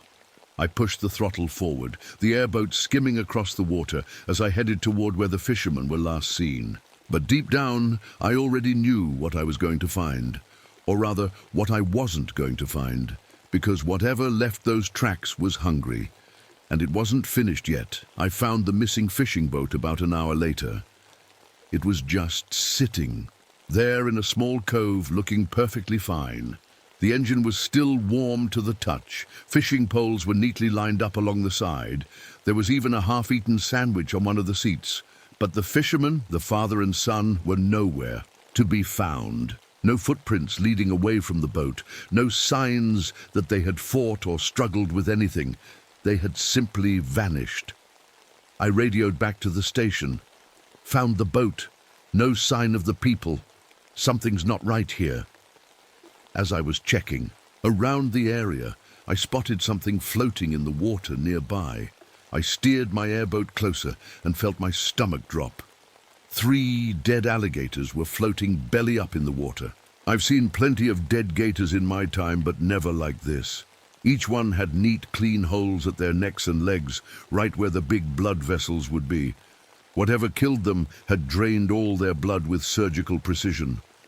That's not something a normal predator does, not something natural. Over the next few days, I noticed other strange things happening in the swamp. All the animals, deer, birds, even the snakes, were moving away from certain areas. These were perfect spots for them to live, with plenty of food and shelter, but they were leaving like there was a forest fire coming. Except there wasn't any fire. They were running from something only they could sense. While checking one of the abandoned areas, I found something caught on a cypress knee, a clump of coarse, reddish-brown hair. It didn't match any animal I knew from the swamp. I sealed it in a plastic bag and sent it to the lab for testing. A week later, the results came back. Unknown primate species, sample contaminated with human DNA.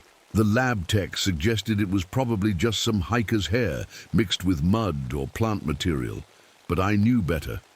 One morning I found strange footprints circling my ranger station. They looked almost human, but much larger and deep, like whatever made them weighed hundreds of pounds. The tracks circled the entire building before heading back into the swamp. It felt like something had been checking me out, studying my habits. That horrible smell kept coming back too. Every evening as the sun went down, the stink would roll in like clockwork. That mix of rotten eggs, skunk spray, and decay that made my eyes water. By morning, it would be gone without a trace.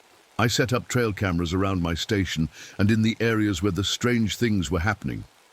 Most of the footage showed nothing unusual, just normal swamp life.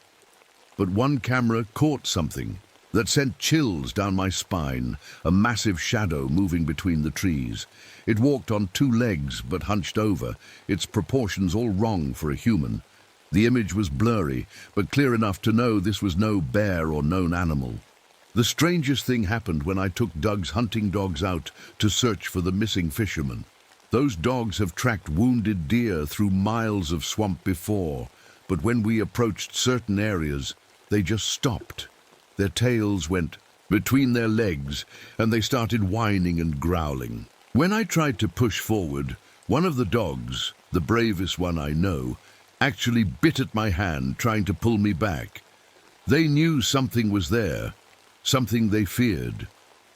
While patrolling some of these dead zones, as I started calling them, I began getting terrible headaches and seeing strange shapes at the edge of my vision. At first, I thought I was getting sick, or maybe the stress was getting to me. But the symptoms always disappeared as soon as I left those areas. The most disturbing incident happened when Dr. Morrow, a plant scientist from the university, came to collect samples. She went out alone for what should have been a 3-hour trip and didn't return until late that night. When we found her, she was just sitting in her boat, staring at nothing. She had no memory of the missing 12 hours. For days afterward, she acted strange, jumping at shadows, speaking in whispers, and constantly looking over her shoulder.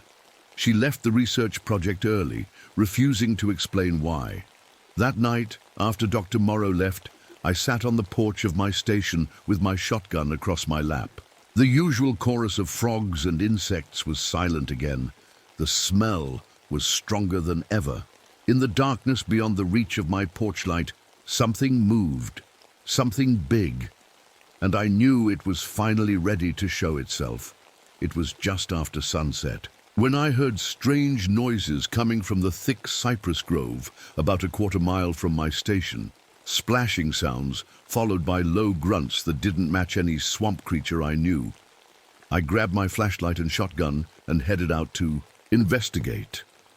The air was still and heavy with humidity as I eased my airboat through the water. I cut the engine about 50 yards from where I'd heard the noises and used my paddle to move forward silently.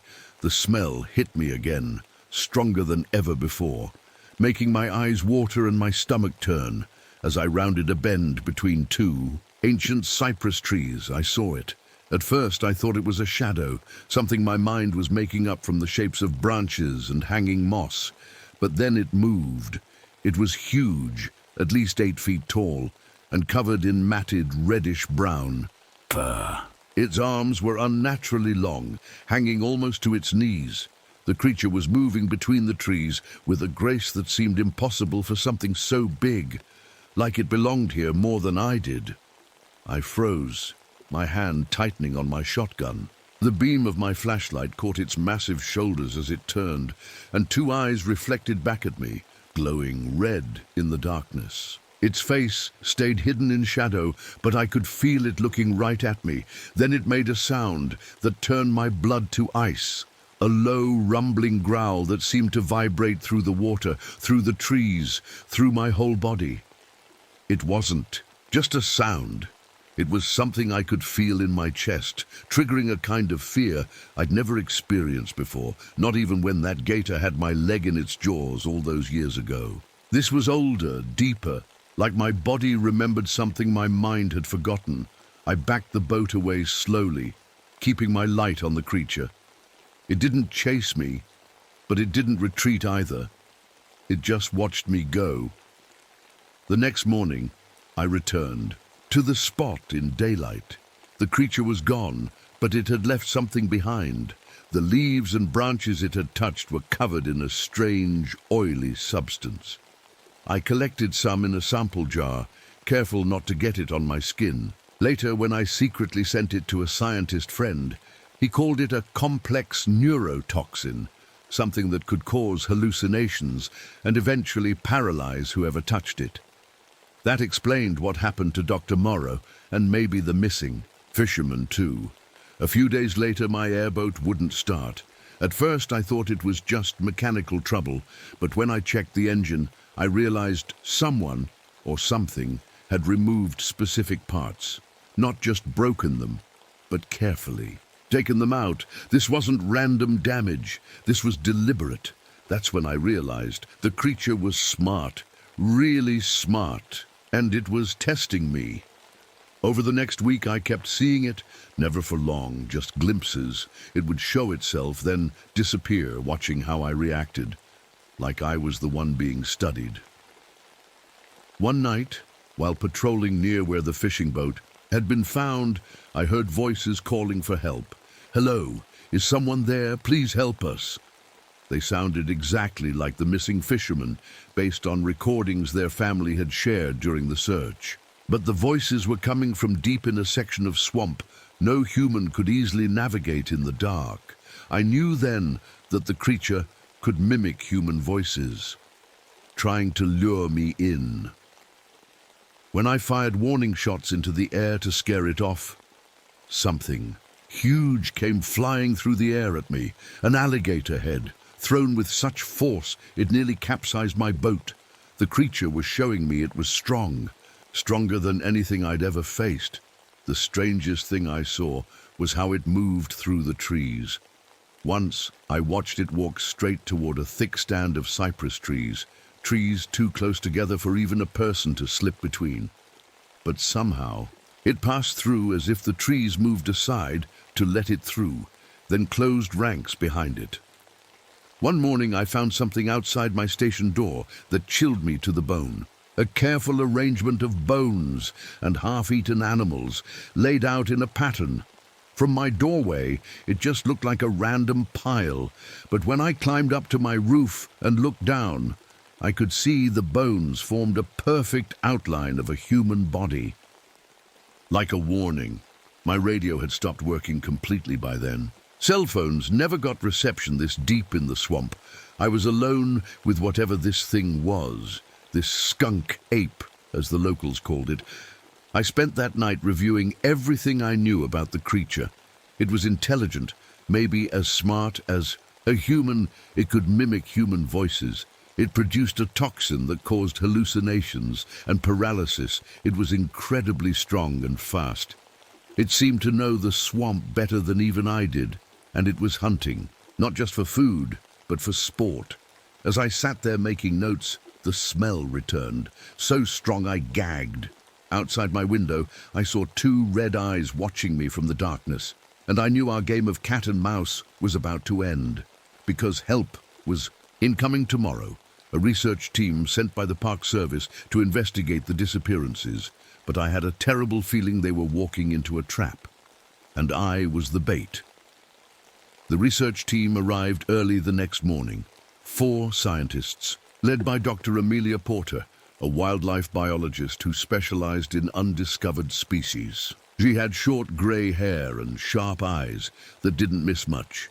With her were 2 younger researchers and a Park Service guide named Marcus. Ranger Delacroix, Dr. Porter said, shaking my hand firmly. I've read your reports. Most people think you're seeing things, but I've spent 30 years studying reports of unclassified primates. I believe something is out here. I tried to warn them about the creature, about how smart it was, about the toxin it produced, about how it seemed to be playing with us.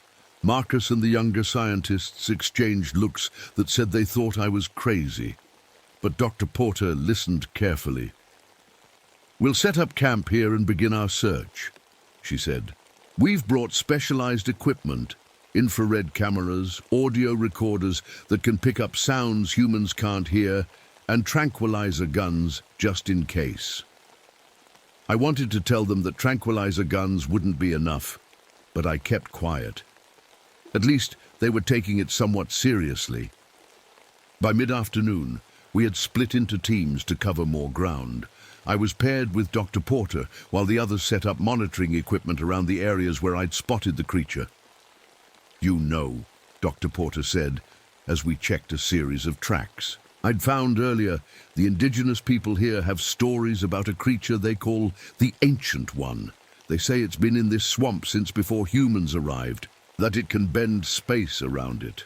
I thought about how the creature seemed to move through solid trees. That might explain some things I've seen. We were deep in the swamp when I noticed the silence falling again. No birds, no insects, nothing. And that smell, like death and chemicals mixed together. "Do you smell that?" I asked. Dr. Porter nodded, her face going pale. "It's close, isn't it?" Before I could answer, my radio crackled to life. It was Marcus, his voice high and panicky. "Something's happened to Jamie. She's acting strange, saying weird things about joining the Ancient One. Her eyes are all dilated, and she's sweating, but says she feels amazing. We found some kind of oily stuff on her hands." The radio cut off. I tried calling back, but there was no answer. "The toxin," I explained. "If you touch it, it gets in your system. Makes you see things, act strange. We need to get back to camp now." We hurried back, but when we arrived, everything was chaos. Jamie, one of the young researchers, was laughing hysterically while tearing apart the camp. Marcus was trying to restrain her, but she was fighting with surprising strength. The other researcher, Ben, was sitting against a tree, staring into space with a terrified expression. "It affects everyone differently," I said, watching the scene unfold. "Some get paranoid and scared. Others get almost happy, like they're drugged. Either way, it makes them easy targets." Dr. Porter grabbed her medical kit and began examining Jamie, who had finally been restrained. "They're coming to take us to the Ancient One," Jamie whispered, her eyes unfocused. "We're going to be part of something beautiful." That's when I realized the creature's strategy. It wasn't just using the toxin to paralyze victims, it was using it to turn us against each other, creating chaos, making hunting easier. Night fell and things got worse. Dr. Porter started acting strangely too, mumbling about joining the Ancient One before suddenly lunging at me with a field knife. I managed to dodge, but the blade nicked my arm as Marcus and I tried to secure the increasingly violent researchers. I noticed something important. When I started my airboat engine to move it to higher ground, the creature, which had been circling our camp just beyond the light, retreated. The particular sound of my engine seemed to bother it, and then I remembered another thing it seemed to hate: fire. Earlier, when I had lit a large campfire, the creature had stayed further back in the shadows. I had an idea. My grandmother's grigri pouch contained certain herbs that when mixed with swamp mud created a paste with a special smell. To keep evil spirits away, she'd always said. I'd always thought it was superstition, but maybe there was something to it. I quickly made the paste and applied it to everyone's skin. Within an hour, those who had been affected began to show improvement. Their minds cleared, though they remained weak. "It's blocking the toxin somehow," Dr. Porter said, examining the paste under her portable microscope. "The chemicals in these plants are counteracting the neurotoxin, but our troubles weren't over." During the night, the water level around our camp began to rise, much faster than normal, even for swamp flooding. Trees and vegetation seemed to close in around us, blocking the paths we'd used to get here. "It's trapping us," I realized, "creating a pen to hold us in." That's when Dr. Porter made a horrifying discovery. While examining samples of the oily substance under her microscope, she found traces of human adrenaline and other fear hormones. "This creature isn't just killing for food," she said, her voice shaking. "It's harvesting fear, keeping victims alive and terrified before it consumes them. The toxin isn't just to paralyze, it's to create terror." By morning, we were surrounded by water too deep to walk through, with only one narrow path remaining. "Open, clearly a trap. The airboat is our only chance," I said, "but we all can't fit." We worked frantically to prepare for escape. I rigged together torches made from equipment and fuel. Marcus prepared the airboat. Dr. Porter helped the still weak researchers. As dusk approached, I knew the creature would attack soon. The smell was overwhelming now, and strange sounds surrounded us from all sides, including the voices of the missing fishermen, still calling for help. "When I start the engine, the creature will retreat temporarily," I explained. "That's your window. All of you need to get on the boat and go. Head straight east. Don't stop for anything." "What about you?" Dr. Porter asked. I checked my shotgun. "I'll hold it off. Create a distraction." "That's suicide, Vince," Marcus argued. "Maybe, but I know this swamp better than any of you, and I know this creature now." I handed Dr. Porter my notebooks. "Make sure people know what's out here. Make them believe." When the moment came, I fired up the airboat engine and started. A ring of fire around our camp. As the others boarded the boat, I ran in the opposite direction, firing my shotgun into the air and yelling to draw the creature's attention. I caught glimpses of it as I ran, massive, fur-covered, moving through the trees with impossible speed. I led it away from the others, deeper into the swamp, to places only I knew. The last thing I remember clearly is reaching a hidden island where my grandmother used to take me as a child. The place where she taught me the old ways. I turned to face the creature, shotgun raised as it emerged from the water. its full form finally visible in the moonlight, 8 feet tall, covered in reddish fur, a face that was almost human but wrong in ways I can't describe. And those eyes, ancient, intelligent and hungry. What happened next, I can't fully recall. There was fire, pain, the smell of burnt fur, the creature's roar of rage. The water closing over my head as we both fell into the depths of the swamp. I should have died that night. 1 year later, tourists visiting the Okefenokee report, seeing a strange figure in remote sections of the swamp. A ranger who moves with a slight limp, who never speaks but seems to watch over the waters, who appears and disappears like a ghost. The locals have a new story they tell. They say if you're deep in the swamp and smell something terrible like death and chemicals mixed together, you should run, because it means the swamp ranger is hunting and he's not alone anymore. Dr. Porter's research team made it out alive. They published their findings about an unclassified primate species in the Okefenokee, but most scientists dismissed their work as fantasy. The toxin samples they collected mysteriously disappeared from the lab where they were stored. The missing fishermen were never found. Sometimes on quiet nights when the moon is full, visitors to the swamp observation platforms claim they can see 2 figures moving in the distance. One tall and fur-covered, one human-sized with a slight limp. Not fighting each other, but moving together, hunting together. The Park Service increased patrols after 3 more disappearances last summer. They installed new emergency beacons and prohibited solo trips into remote areas. But the swamp keeps its secrets, and if you visit the Okefenokee and a ranger with a slight limp approaches your boat at dusk, telling you to leave a certain area, don't ask questions, just go, because the swamp belongs to them now.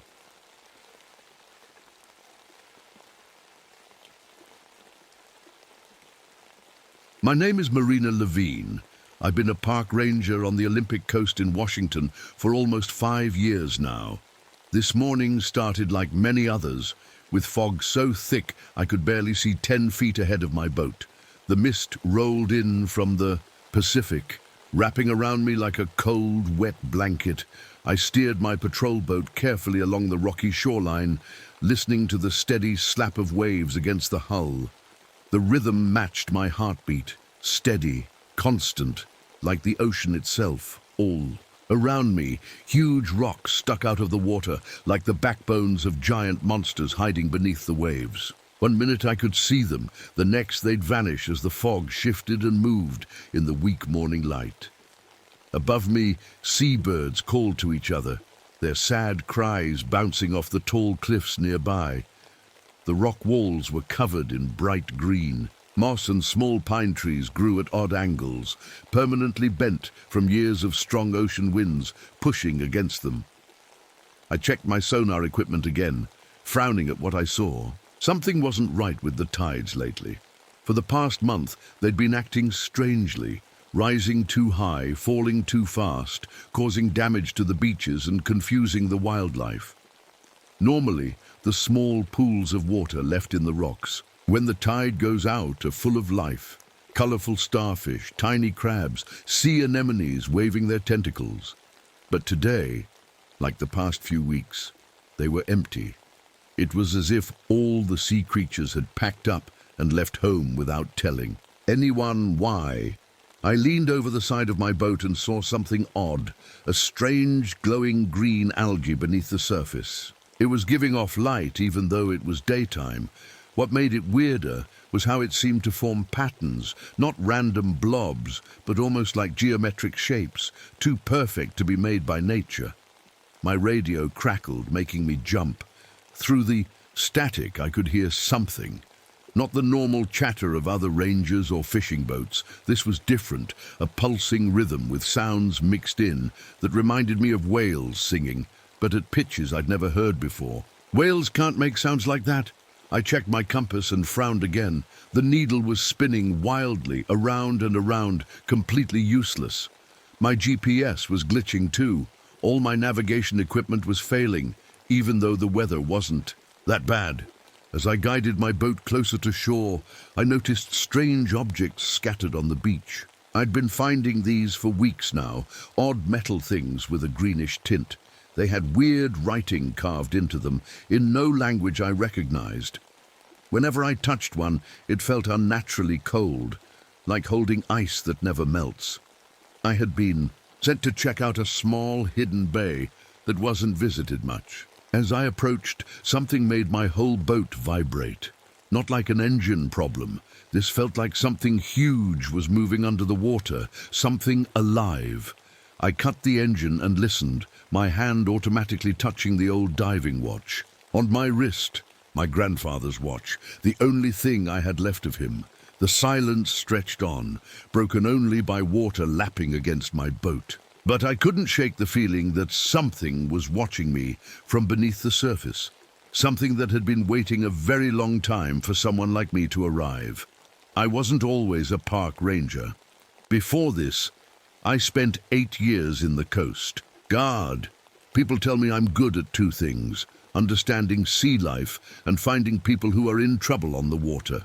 That's why they wanted me here, even though they don't have much money to pay rangers these days. I'm 35 now, and the ocean has shaped me as much as I've studied it. Years of swimming and pulling people from rough waters have made my shoulders broad and my arms strong. I keep my hair cut short, salt and pepper colored now, even though I'm not that old. Long hair is just one more thing that can get caught. When you're trying to save someone in churning water, my right hand moves up to touch the scar that runs from my temple down to my jaw. I don't need to see it anymore. I know exactly where it is. 6 years ago, during a hurricane rescue, our boat flipped. I made it out. 2 of my crew didn't. The doctors said I was lucky, but some kinds of luck feel more like a burden. My fingers find my grandfather's diving watch instead. The glass is scratched, and the metal band has been replaced 3 times, but it still keeps perfect time. He wore it on every dive until his last one, off this same coastline in 1938. They never found his body, just his empty boat drifting. I was born decades later, but somehow wearing his watch makes me feel like he's still guiding me. People think I'm being dramatic when I tell them I can feel the ocean's moods. But I've always known when storms are coming, hours before the weather equipment picks them up. I've navigated through fog and rough waters by what feels like instinct, though I can never explain how I know which way to turn. It's like the sea speaks to me in a language I almost understand. The local tribes trust me more than the other rangers. At first, I thought it was just because I treated them with respect. But over campfires, elders have shared ancient stories about this coastline. They speak in hushed tones about those who walk between land and sea, creatures they say emerge during certain tide patterns. They mark these places on my maps with symbols I've promised not to share with other officials. When you stare at nautical charts and coastal maps as much as I do, changes stand out like a sore thumb. New caves that weren't there before. Landmarks that look slightly different. Most people don't notice, but I do. My colleagues call it my photographic memory, but it's more like the coastline is a face I know by heart. I can spot even the smallest change in its expression back at the ranger station. The other rangers respect what I know, but I see the looks they give each other when I start talking about my theories, about how the deep currents move in patterns too organized to be random, about how something intelligent might be directing them. They humor me, but I know they think I'm obsessed. Maybe I am. My cabin sits on the edge of a cliff overlooking the water. Every wall is covered with my work, tide charts going back 50 years, pins marking where boats have disappeared, and my own drawings showing how sea creatures might have evolved in the deepest trenches where we've never explored. Sometimes I stand back and look at it all, connecting threads between pins, and wonder if I'm seeing patterns that aren't really there. The Coast Guard and the Park Service think my incidents log is a waste of time. They tell me boats disappear because of storms or mechanical failures or human error. They say the changes in the ocean are just climate change. But I keep recording everything anyway. The singing sounds fishermen report hearing through their hulls at night, the unusual migration patterns, the missing time some beach hikers can't account for. I plot it all on my maps and charts, watching as the markers form a pattern around the deepest part of the offshore trench. Something is happening out there in the dark water. Something ancient is waking up. And somehow, I think it's been calling to me my whole life. I stare out at the water. From my boat, the engine quiet now, and realize my hand is touching my grandfather's watch again. The glass face reflects the strange, glowing green light coming from beneath the surface. For just a second, I think I see something move in that reflection. Something large and deliberate that isn't a fish or a whale or anything I've been trained to recognize. And in that moment, I feel certain of one thing: whatever is out there knows I'm watching. The first real sign that something was wrong came 3 days later. I got a call about an abandoned fishing boat found on North Beach, a remote stretch of shoreline rarely visited except by the most determined hikers. When I arrived, the morning fog was just burning off. The boat sat perfectly upright on the sand, as if someone had carefully parked it there. It was the Sea Dreamer, a small trawler I recognized. Belonged to the Peterson family, who'd been fishing these waters for generations. "Where's the crew?" I asked the hikers who reported it. They just shrugged. "No one was here when we found it." I climbed aboard carefully. Nothing looked damaged. The engine was fine. There were half-cleaned fish on the deck, work abandoned mid-task. But what made my skin crawl were the barnacles. They covered parts of the deck in perfect spiral patterns, circles within circles. Barnacles don't grow like that naturally. It looked almost deliberate. I collected samples and called in the abandoned vessel. Within days, bodies started washing ashore, 3 of them, all from the Sea Dreamer's crew. I wasn't supposed to see the autopsy reports, but Sheriff Dawson owed me a favor. What I read kept me awake for nights.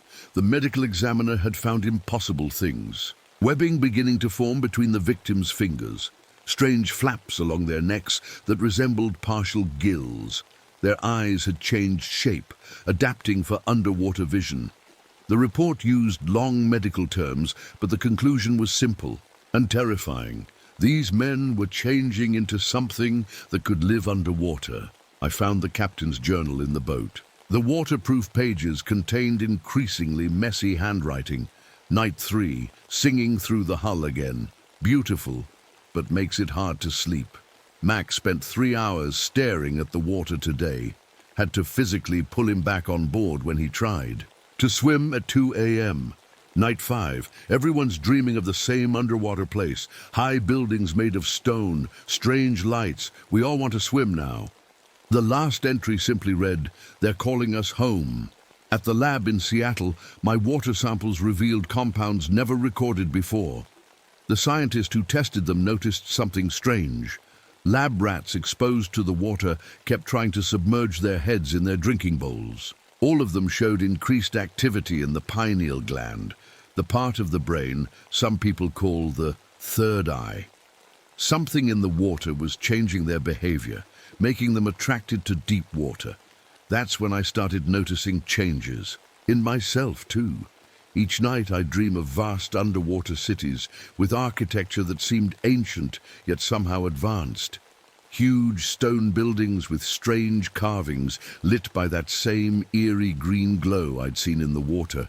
I'd wake up in different places, on my porch, in my yard, once even knee-deep in the surf 1/2 mile from my cabin. Always at exactly 3:27 a.m., always facing the ocean. Local fishermen started bringing me their catches, knowing I studied marine biology. The fish were wrong. A salmon with what looked like human-like fingers forming at the ends of its fins. Crabs with shell patterns that resembled faces. A small octopus that tried to arrange pebbles in mathematical sequences before it died in the holding tank.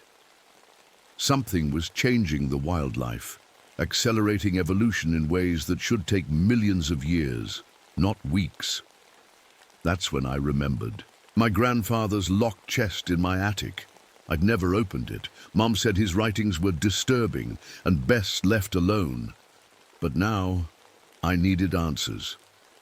The lock broke easily after all these years.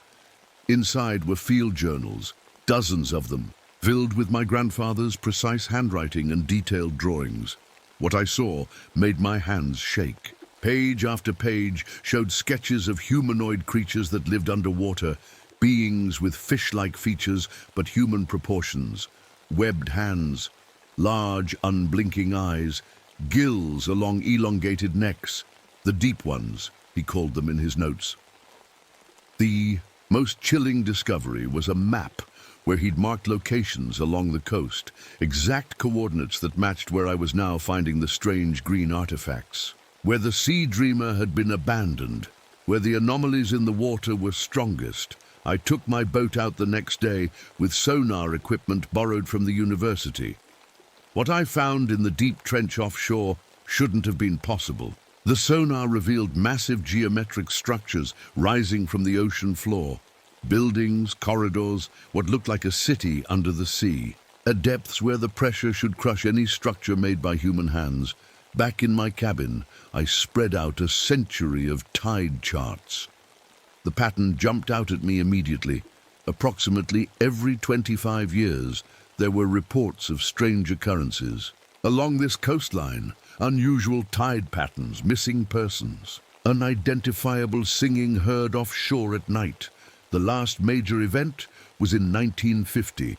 The next peak of whatever cycle was happening would be... I checked my calculations 3 times to be sure. 2 weeks from now, during a rare astronomical alignment, when the moon would be at its closest point to Earth, while perfectly aligned with the sun. I looked up from my charts to the old photograph of my grandfather on my desk. For the first time, I noticed something I'd overlooked.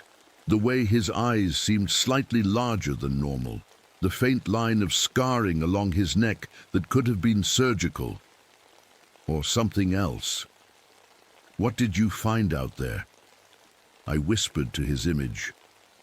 And what did it do to you? As if in answer, I heard a faint melody drift through my open window from the direction of the sea, a haunting series of notes that made my skin tingle and my heart race with a strange mixture of fear and longing. The most terrifying part. I realized I'd been humming the exact same melody in my sleep for weeks. I couldn't sleep, not after everything I'd learned. So on the 3rd night, after finding my grandfather's journals, I took my boat out after midnight. The moon was nearly full, casting enough light to navigate by. I killed the engine near the coordinates marked in my grandfather's notes and just waited. The sea was unnaturally calm, like glass. No wind, no waves, just stillness that didn't feel right. I sat in silence for almost an hour, the only sound, my own breathing and the occasional creak of the boat.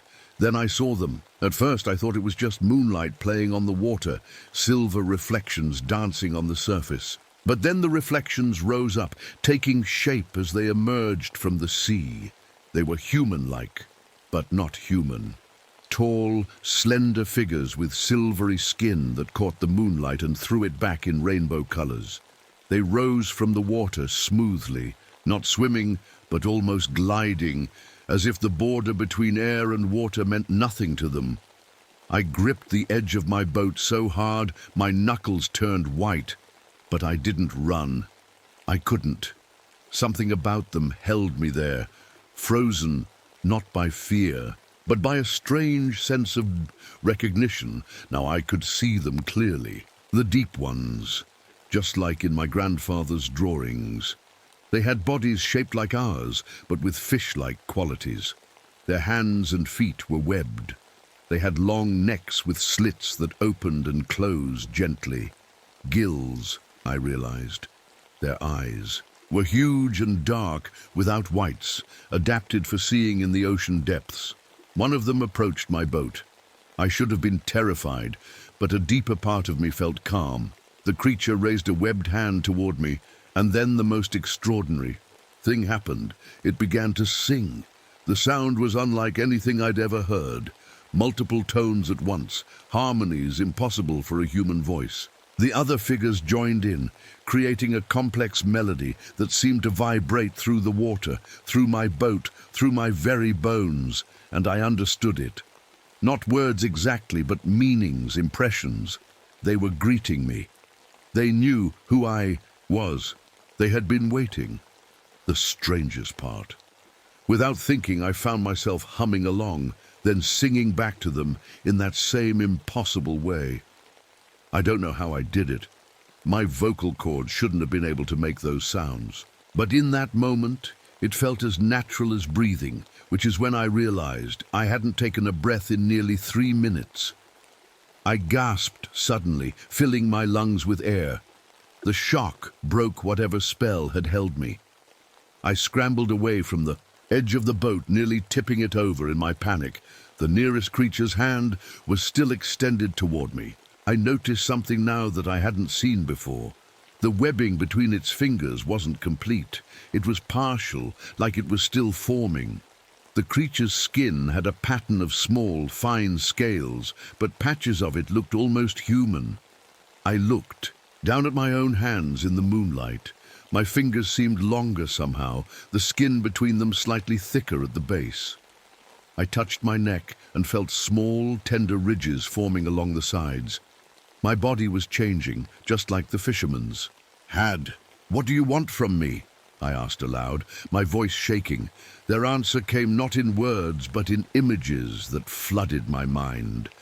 Cities deep beneath the sea, a history that stretched back before humans walked on land, and the knowledge that they weren't invaders from somewhere else.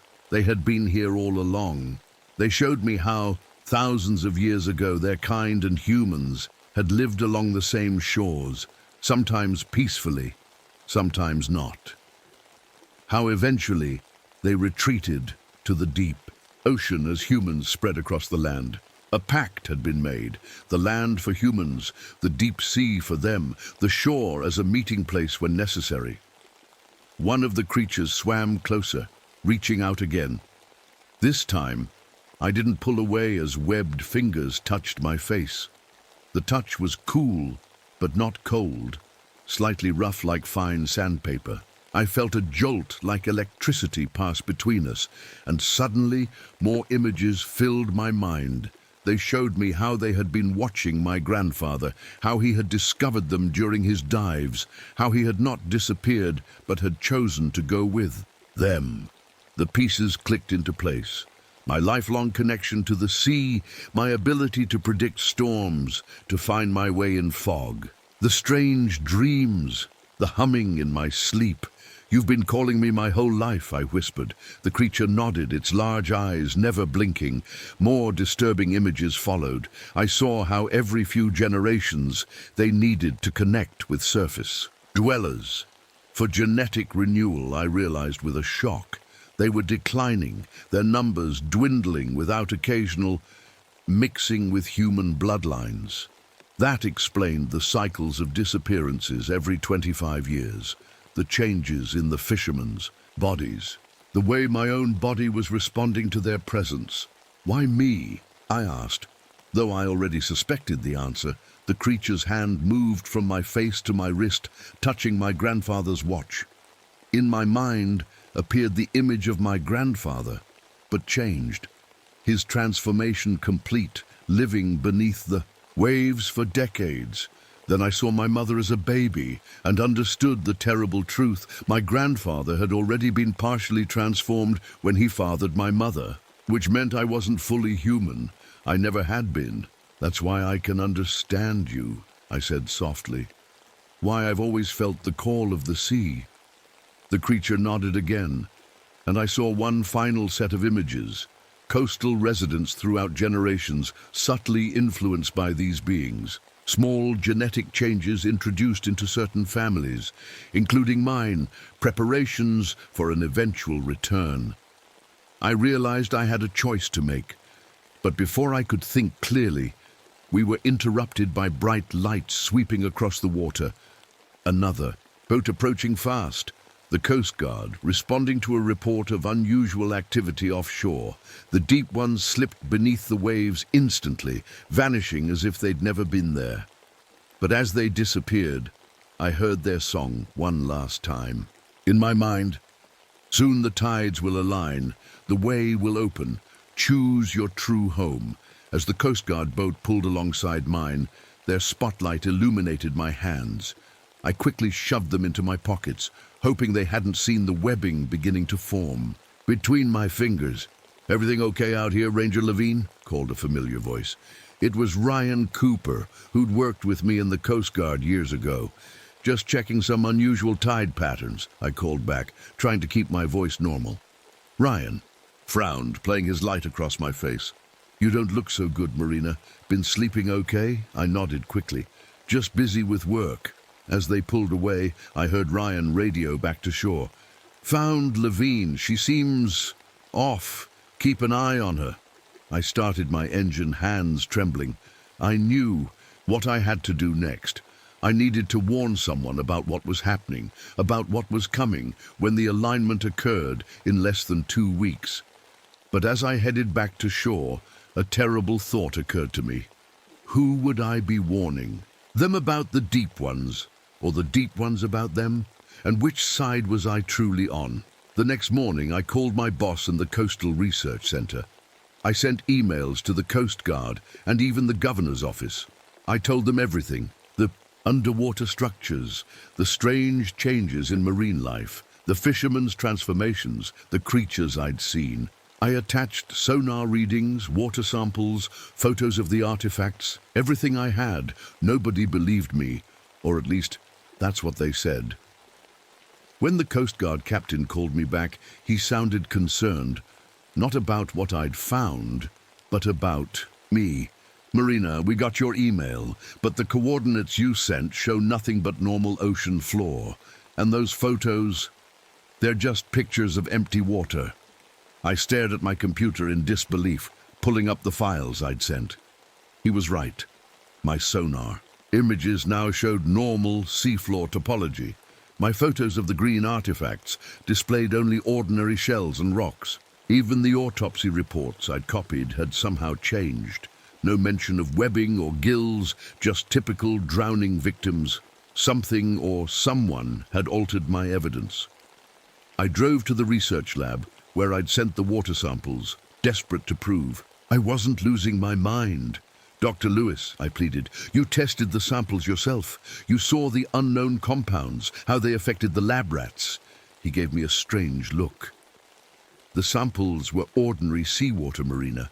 Nothing unusual at all. But as he spoke, I noticed something. A faint line along his neck, poorly hidden by his collar. The beginning of gill formation. It wasn't just my evidence that had been changed. They were already here, already infiltrating, already changing. People Data Science team arrived 2 days later, sent to investigate my claims. I watched them set up equipment on the beach and recognized at least 3 of them by their movements, the subtle way they avoided bright sunlight, how they dipped their hands in water frequently to keep their skin moist. They weren't here to find the truth, they were here to hide it. Meanwhile, my own transformation was accelerating. The webbing between my fingers was obvious now. I wore gloves everywhere. My eyes had become sensitive to light, seeing better in darkness than they ever had before. I found myself taking longer and longer showers, eventually just sitting in the bathtub with the shower running, letting water cascade over my face and neck where the tender ridges were forming. I needed help, but who could I trust? I turned back to my grandfather's journals. In his later entries, he documented his own transformation, but also his attempts to resist it. He'd discovered that the deep ones were vulnerable to certain things. Very high-pitched sonic frequencies disrupted their ability to communicate and coordinate. Certain metal alloys, particularly copper mixed with silver, interfered with the bioelectric fields they used to influence minds and bodies. I began wearing my grandfather's copper bracelet, which he'd noted helped him think clearly near them. I rigged up a sonic device that emitted the frequencies he'd identified. For the first time in weeks, my dreams weren't filled with underwater cities, and the webbing between my fingers stopped spreading. Using my grandfather's detailed maps, I identified what had to be the center of their underwater complex, a massive structure directly above the deepest part of the offshore trench. If I could somehow disrupt that structure during the upcoming alignment, I might be able to stop whatever they were planning. I didn't want to hurt them. Despite everything, I could feel their ancient sorrow, their desperation to survive. But they were changing people against their will. They had to be stopped, or at least forced to negotiate rather than infiltrate. I called in every favor I had at the Coast Guard and borrowed a set of underwater demolition charges, small but powerful. Explosives designed for underwater use. My plan was to place them at key structural points my grandfather had identified, where the disruption would collapse their entryway to the surface world without destroying their deep city. The night before the alignment, I took my boat out one. Last time, the ocean was restless, waves higher than usual as the gravitational forces of the aligned sun and moon pulled at the tides. The moon hung huge and yellow on the horizon, looking close enough to touch. I anchored above the coordinates and prepared my diving gear. As I checked my oxygen tanks, I caught my reflection in a metal surface. My eyes were different now, larger, with a faint silvery shine in the irises. My neck showed distinct ridges despite all my efforts to stop the transformation. Not fully human, I whispered to myself, but still human enough to have a choice. I set the sonic device to protect me during the dive and slipped into the water. The dive should have been impossible. I was going much deeper than any human could safely go.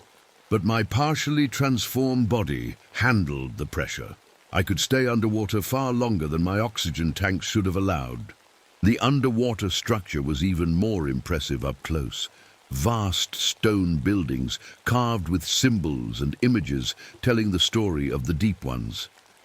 Now I could see that the green glow came from a type of coral they cultivated, using it for light.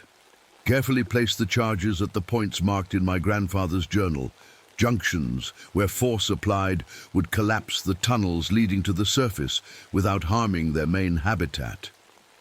As I worked, I felt their presence, watching me. From the shadows, they didn't interfere. Perhaps they understood what I was trying to do was a compromise, not destruction. As I placed the final charge, the deep ones emerged from all sides, dozens of them surrounding me in the water. My sonic device kept them at a distance, but they made no move to attack. Instead, their leader approached, staying just at the edge of the sonic field's range. It looked older than the others, with more human features mixed with the fish-like aspects. With a jolt, I recognized traces of my grandfather's face in its features. "Join us completely," its song resonated in my mind. "Finish your transformation. Live eternally beneath the waves. It is your birthright, your heritage. You are already one of us." For a moment, I was tempted. I thought of the wonders they could show me, the ancient knowledge they possessed, the freedom of the endless ocean. Part of me yearned for it with an intensity that frightened me. "I can't," I said the words, coming out in bubbles, but somehow still carrying my meaning. "Not like this, not by force, not by changing people who haven't chosen it." "Then what do you offer?" the leader asked. "A boundary," I replied. "Respect the surface world as we'll respect yours. Find willing partners if you need genetic renewal, but no more taking people, no more changing them against their will." The leader considered this, then asked, "And what assurance do we have that humans will honor such a pact?" "None," I admitted, "except that I'll be watching. I understand both worlds now. I can be a bridge, a guardian of both realms." The leader approached closer, seemingly unaffected by my sonic device. Now I could see its eyes clearly. They were my grandfather's eyes. "You would give up immortality beneath the waves to live a half-life between worlds." I choose both worlds, or neither, I said firmly, my hand hovering over the detonator. Those are my terms. A long moment passed as we regarded each other. Then, slowly, the leader nodded and backed away. The others followed, retreating into the depths of their city. I swam upward, away from the charges. At a safe distance, I pressed the detonator. The explosions were strangely muted underwater, but I could feel the shock waves pass through me. Looking back, I saw the tunnels leading to the surface collapsing, massive clouds of silt and debris billowing upward. The force of the explosions caught me, tumbling me through the water. I lost consciousness as the pressure wave hit. I woke up on a beach at sunrise, the tide lapping at my feet. For a moment I thought I'd dreamed the whole thing. Then I felt my neck. The ridges were still there, but smaller now. My hands still had slight webbing between the fingers, but it had receded. I was somewhere in between, neither fully human, nor fully one of them. I didn't know if they'd accepted my terms, or if this was just a temporary retreat. But I knew my role now. To watch the boundary between worlds, to make sure both sides kept their distance while allowing necessary contact. 6 months later, a new marine biologist named Dr. Sarah Chen joined the Park Service. During her interview, she asked specific questions about my case. "What happened to Ranger Levine?" she asked my former boss. "I read some of her research papers on coastal phenomena." "Had some kind of breakdown," he replied uncomfortably. "Claimed to see monsters in the water. She's on extended leave." Sarah nodded, but I saw her eyes narrow slightly. She had noticed something. Perhaps the way his collar was arranged to hide the faint ridges on his neck, or how he kept a glass of salt water on his desk that he occasionally dipped his fingers into. The locals still see me sometimes, swimming, offshore at night. Some say I move too fast to be human, covering impossible distances underwater without coming up for air. They're right about that. I leave them messages sometimes. Intricate patterns of shells and stones on the beach that contain warnings about dangerous tides or underwater currents. They've learned to heed these warnings. Not a single boat has been lost since I began my vigil. Dr. Chen found one of my messages last week. Instead of reporting it, she carefully photographed it, then rearranged the shells to form a response. "I know what you are. I want to help. I haven't decided if I'll meet her yet. The boundary between worlds is fragile, and I've learned to be cautious about who I trust. But sometimes I need allies on the surface, people who understand that the sea holds mysteries we should respect, not conquer." The deep ones still sing to me at night, their melodies traveling through water for miles until they reach my underwater cave where the pressure would crush an ordinary human. They keep their distance from the shore now, honoring our agreement. In return, I guide lost ships away from their territory and warn them when humans venture too close. My grandfather's watch still keeps perfect time, even at these depths. Sometimes I think I see him watching me from the shadows of the underwater city, proud of the choice I made. Not to fully join them, but not to destroy them either. To be a bridge between worlds. I am neither fully human nor fully one of them. I am both. I am neither. I am the guardian of the boundary. I am the keeper of the siren's call.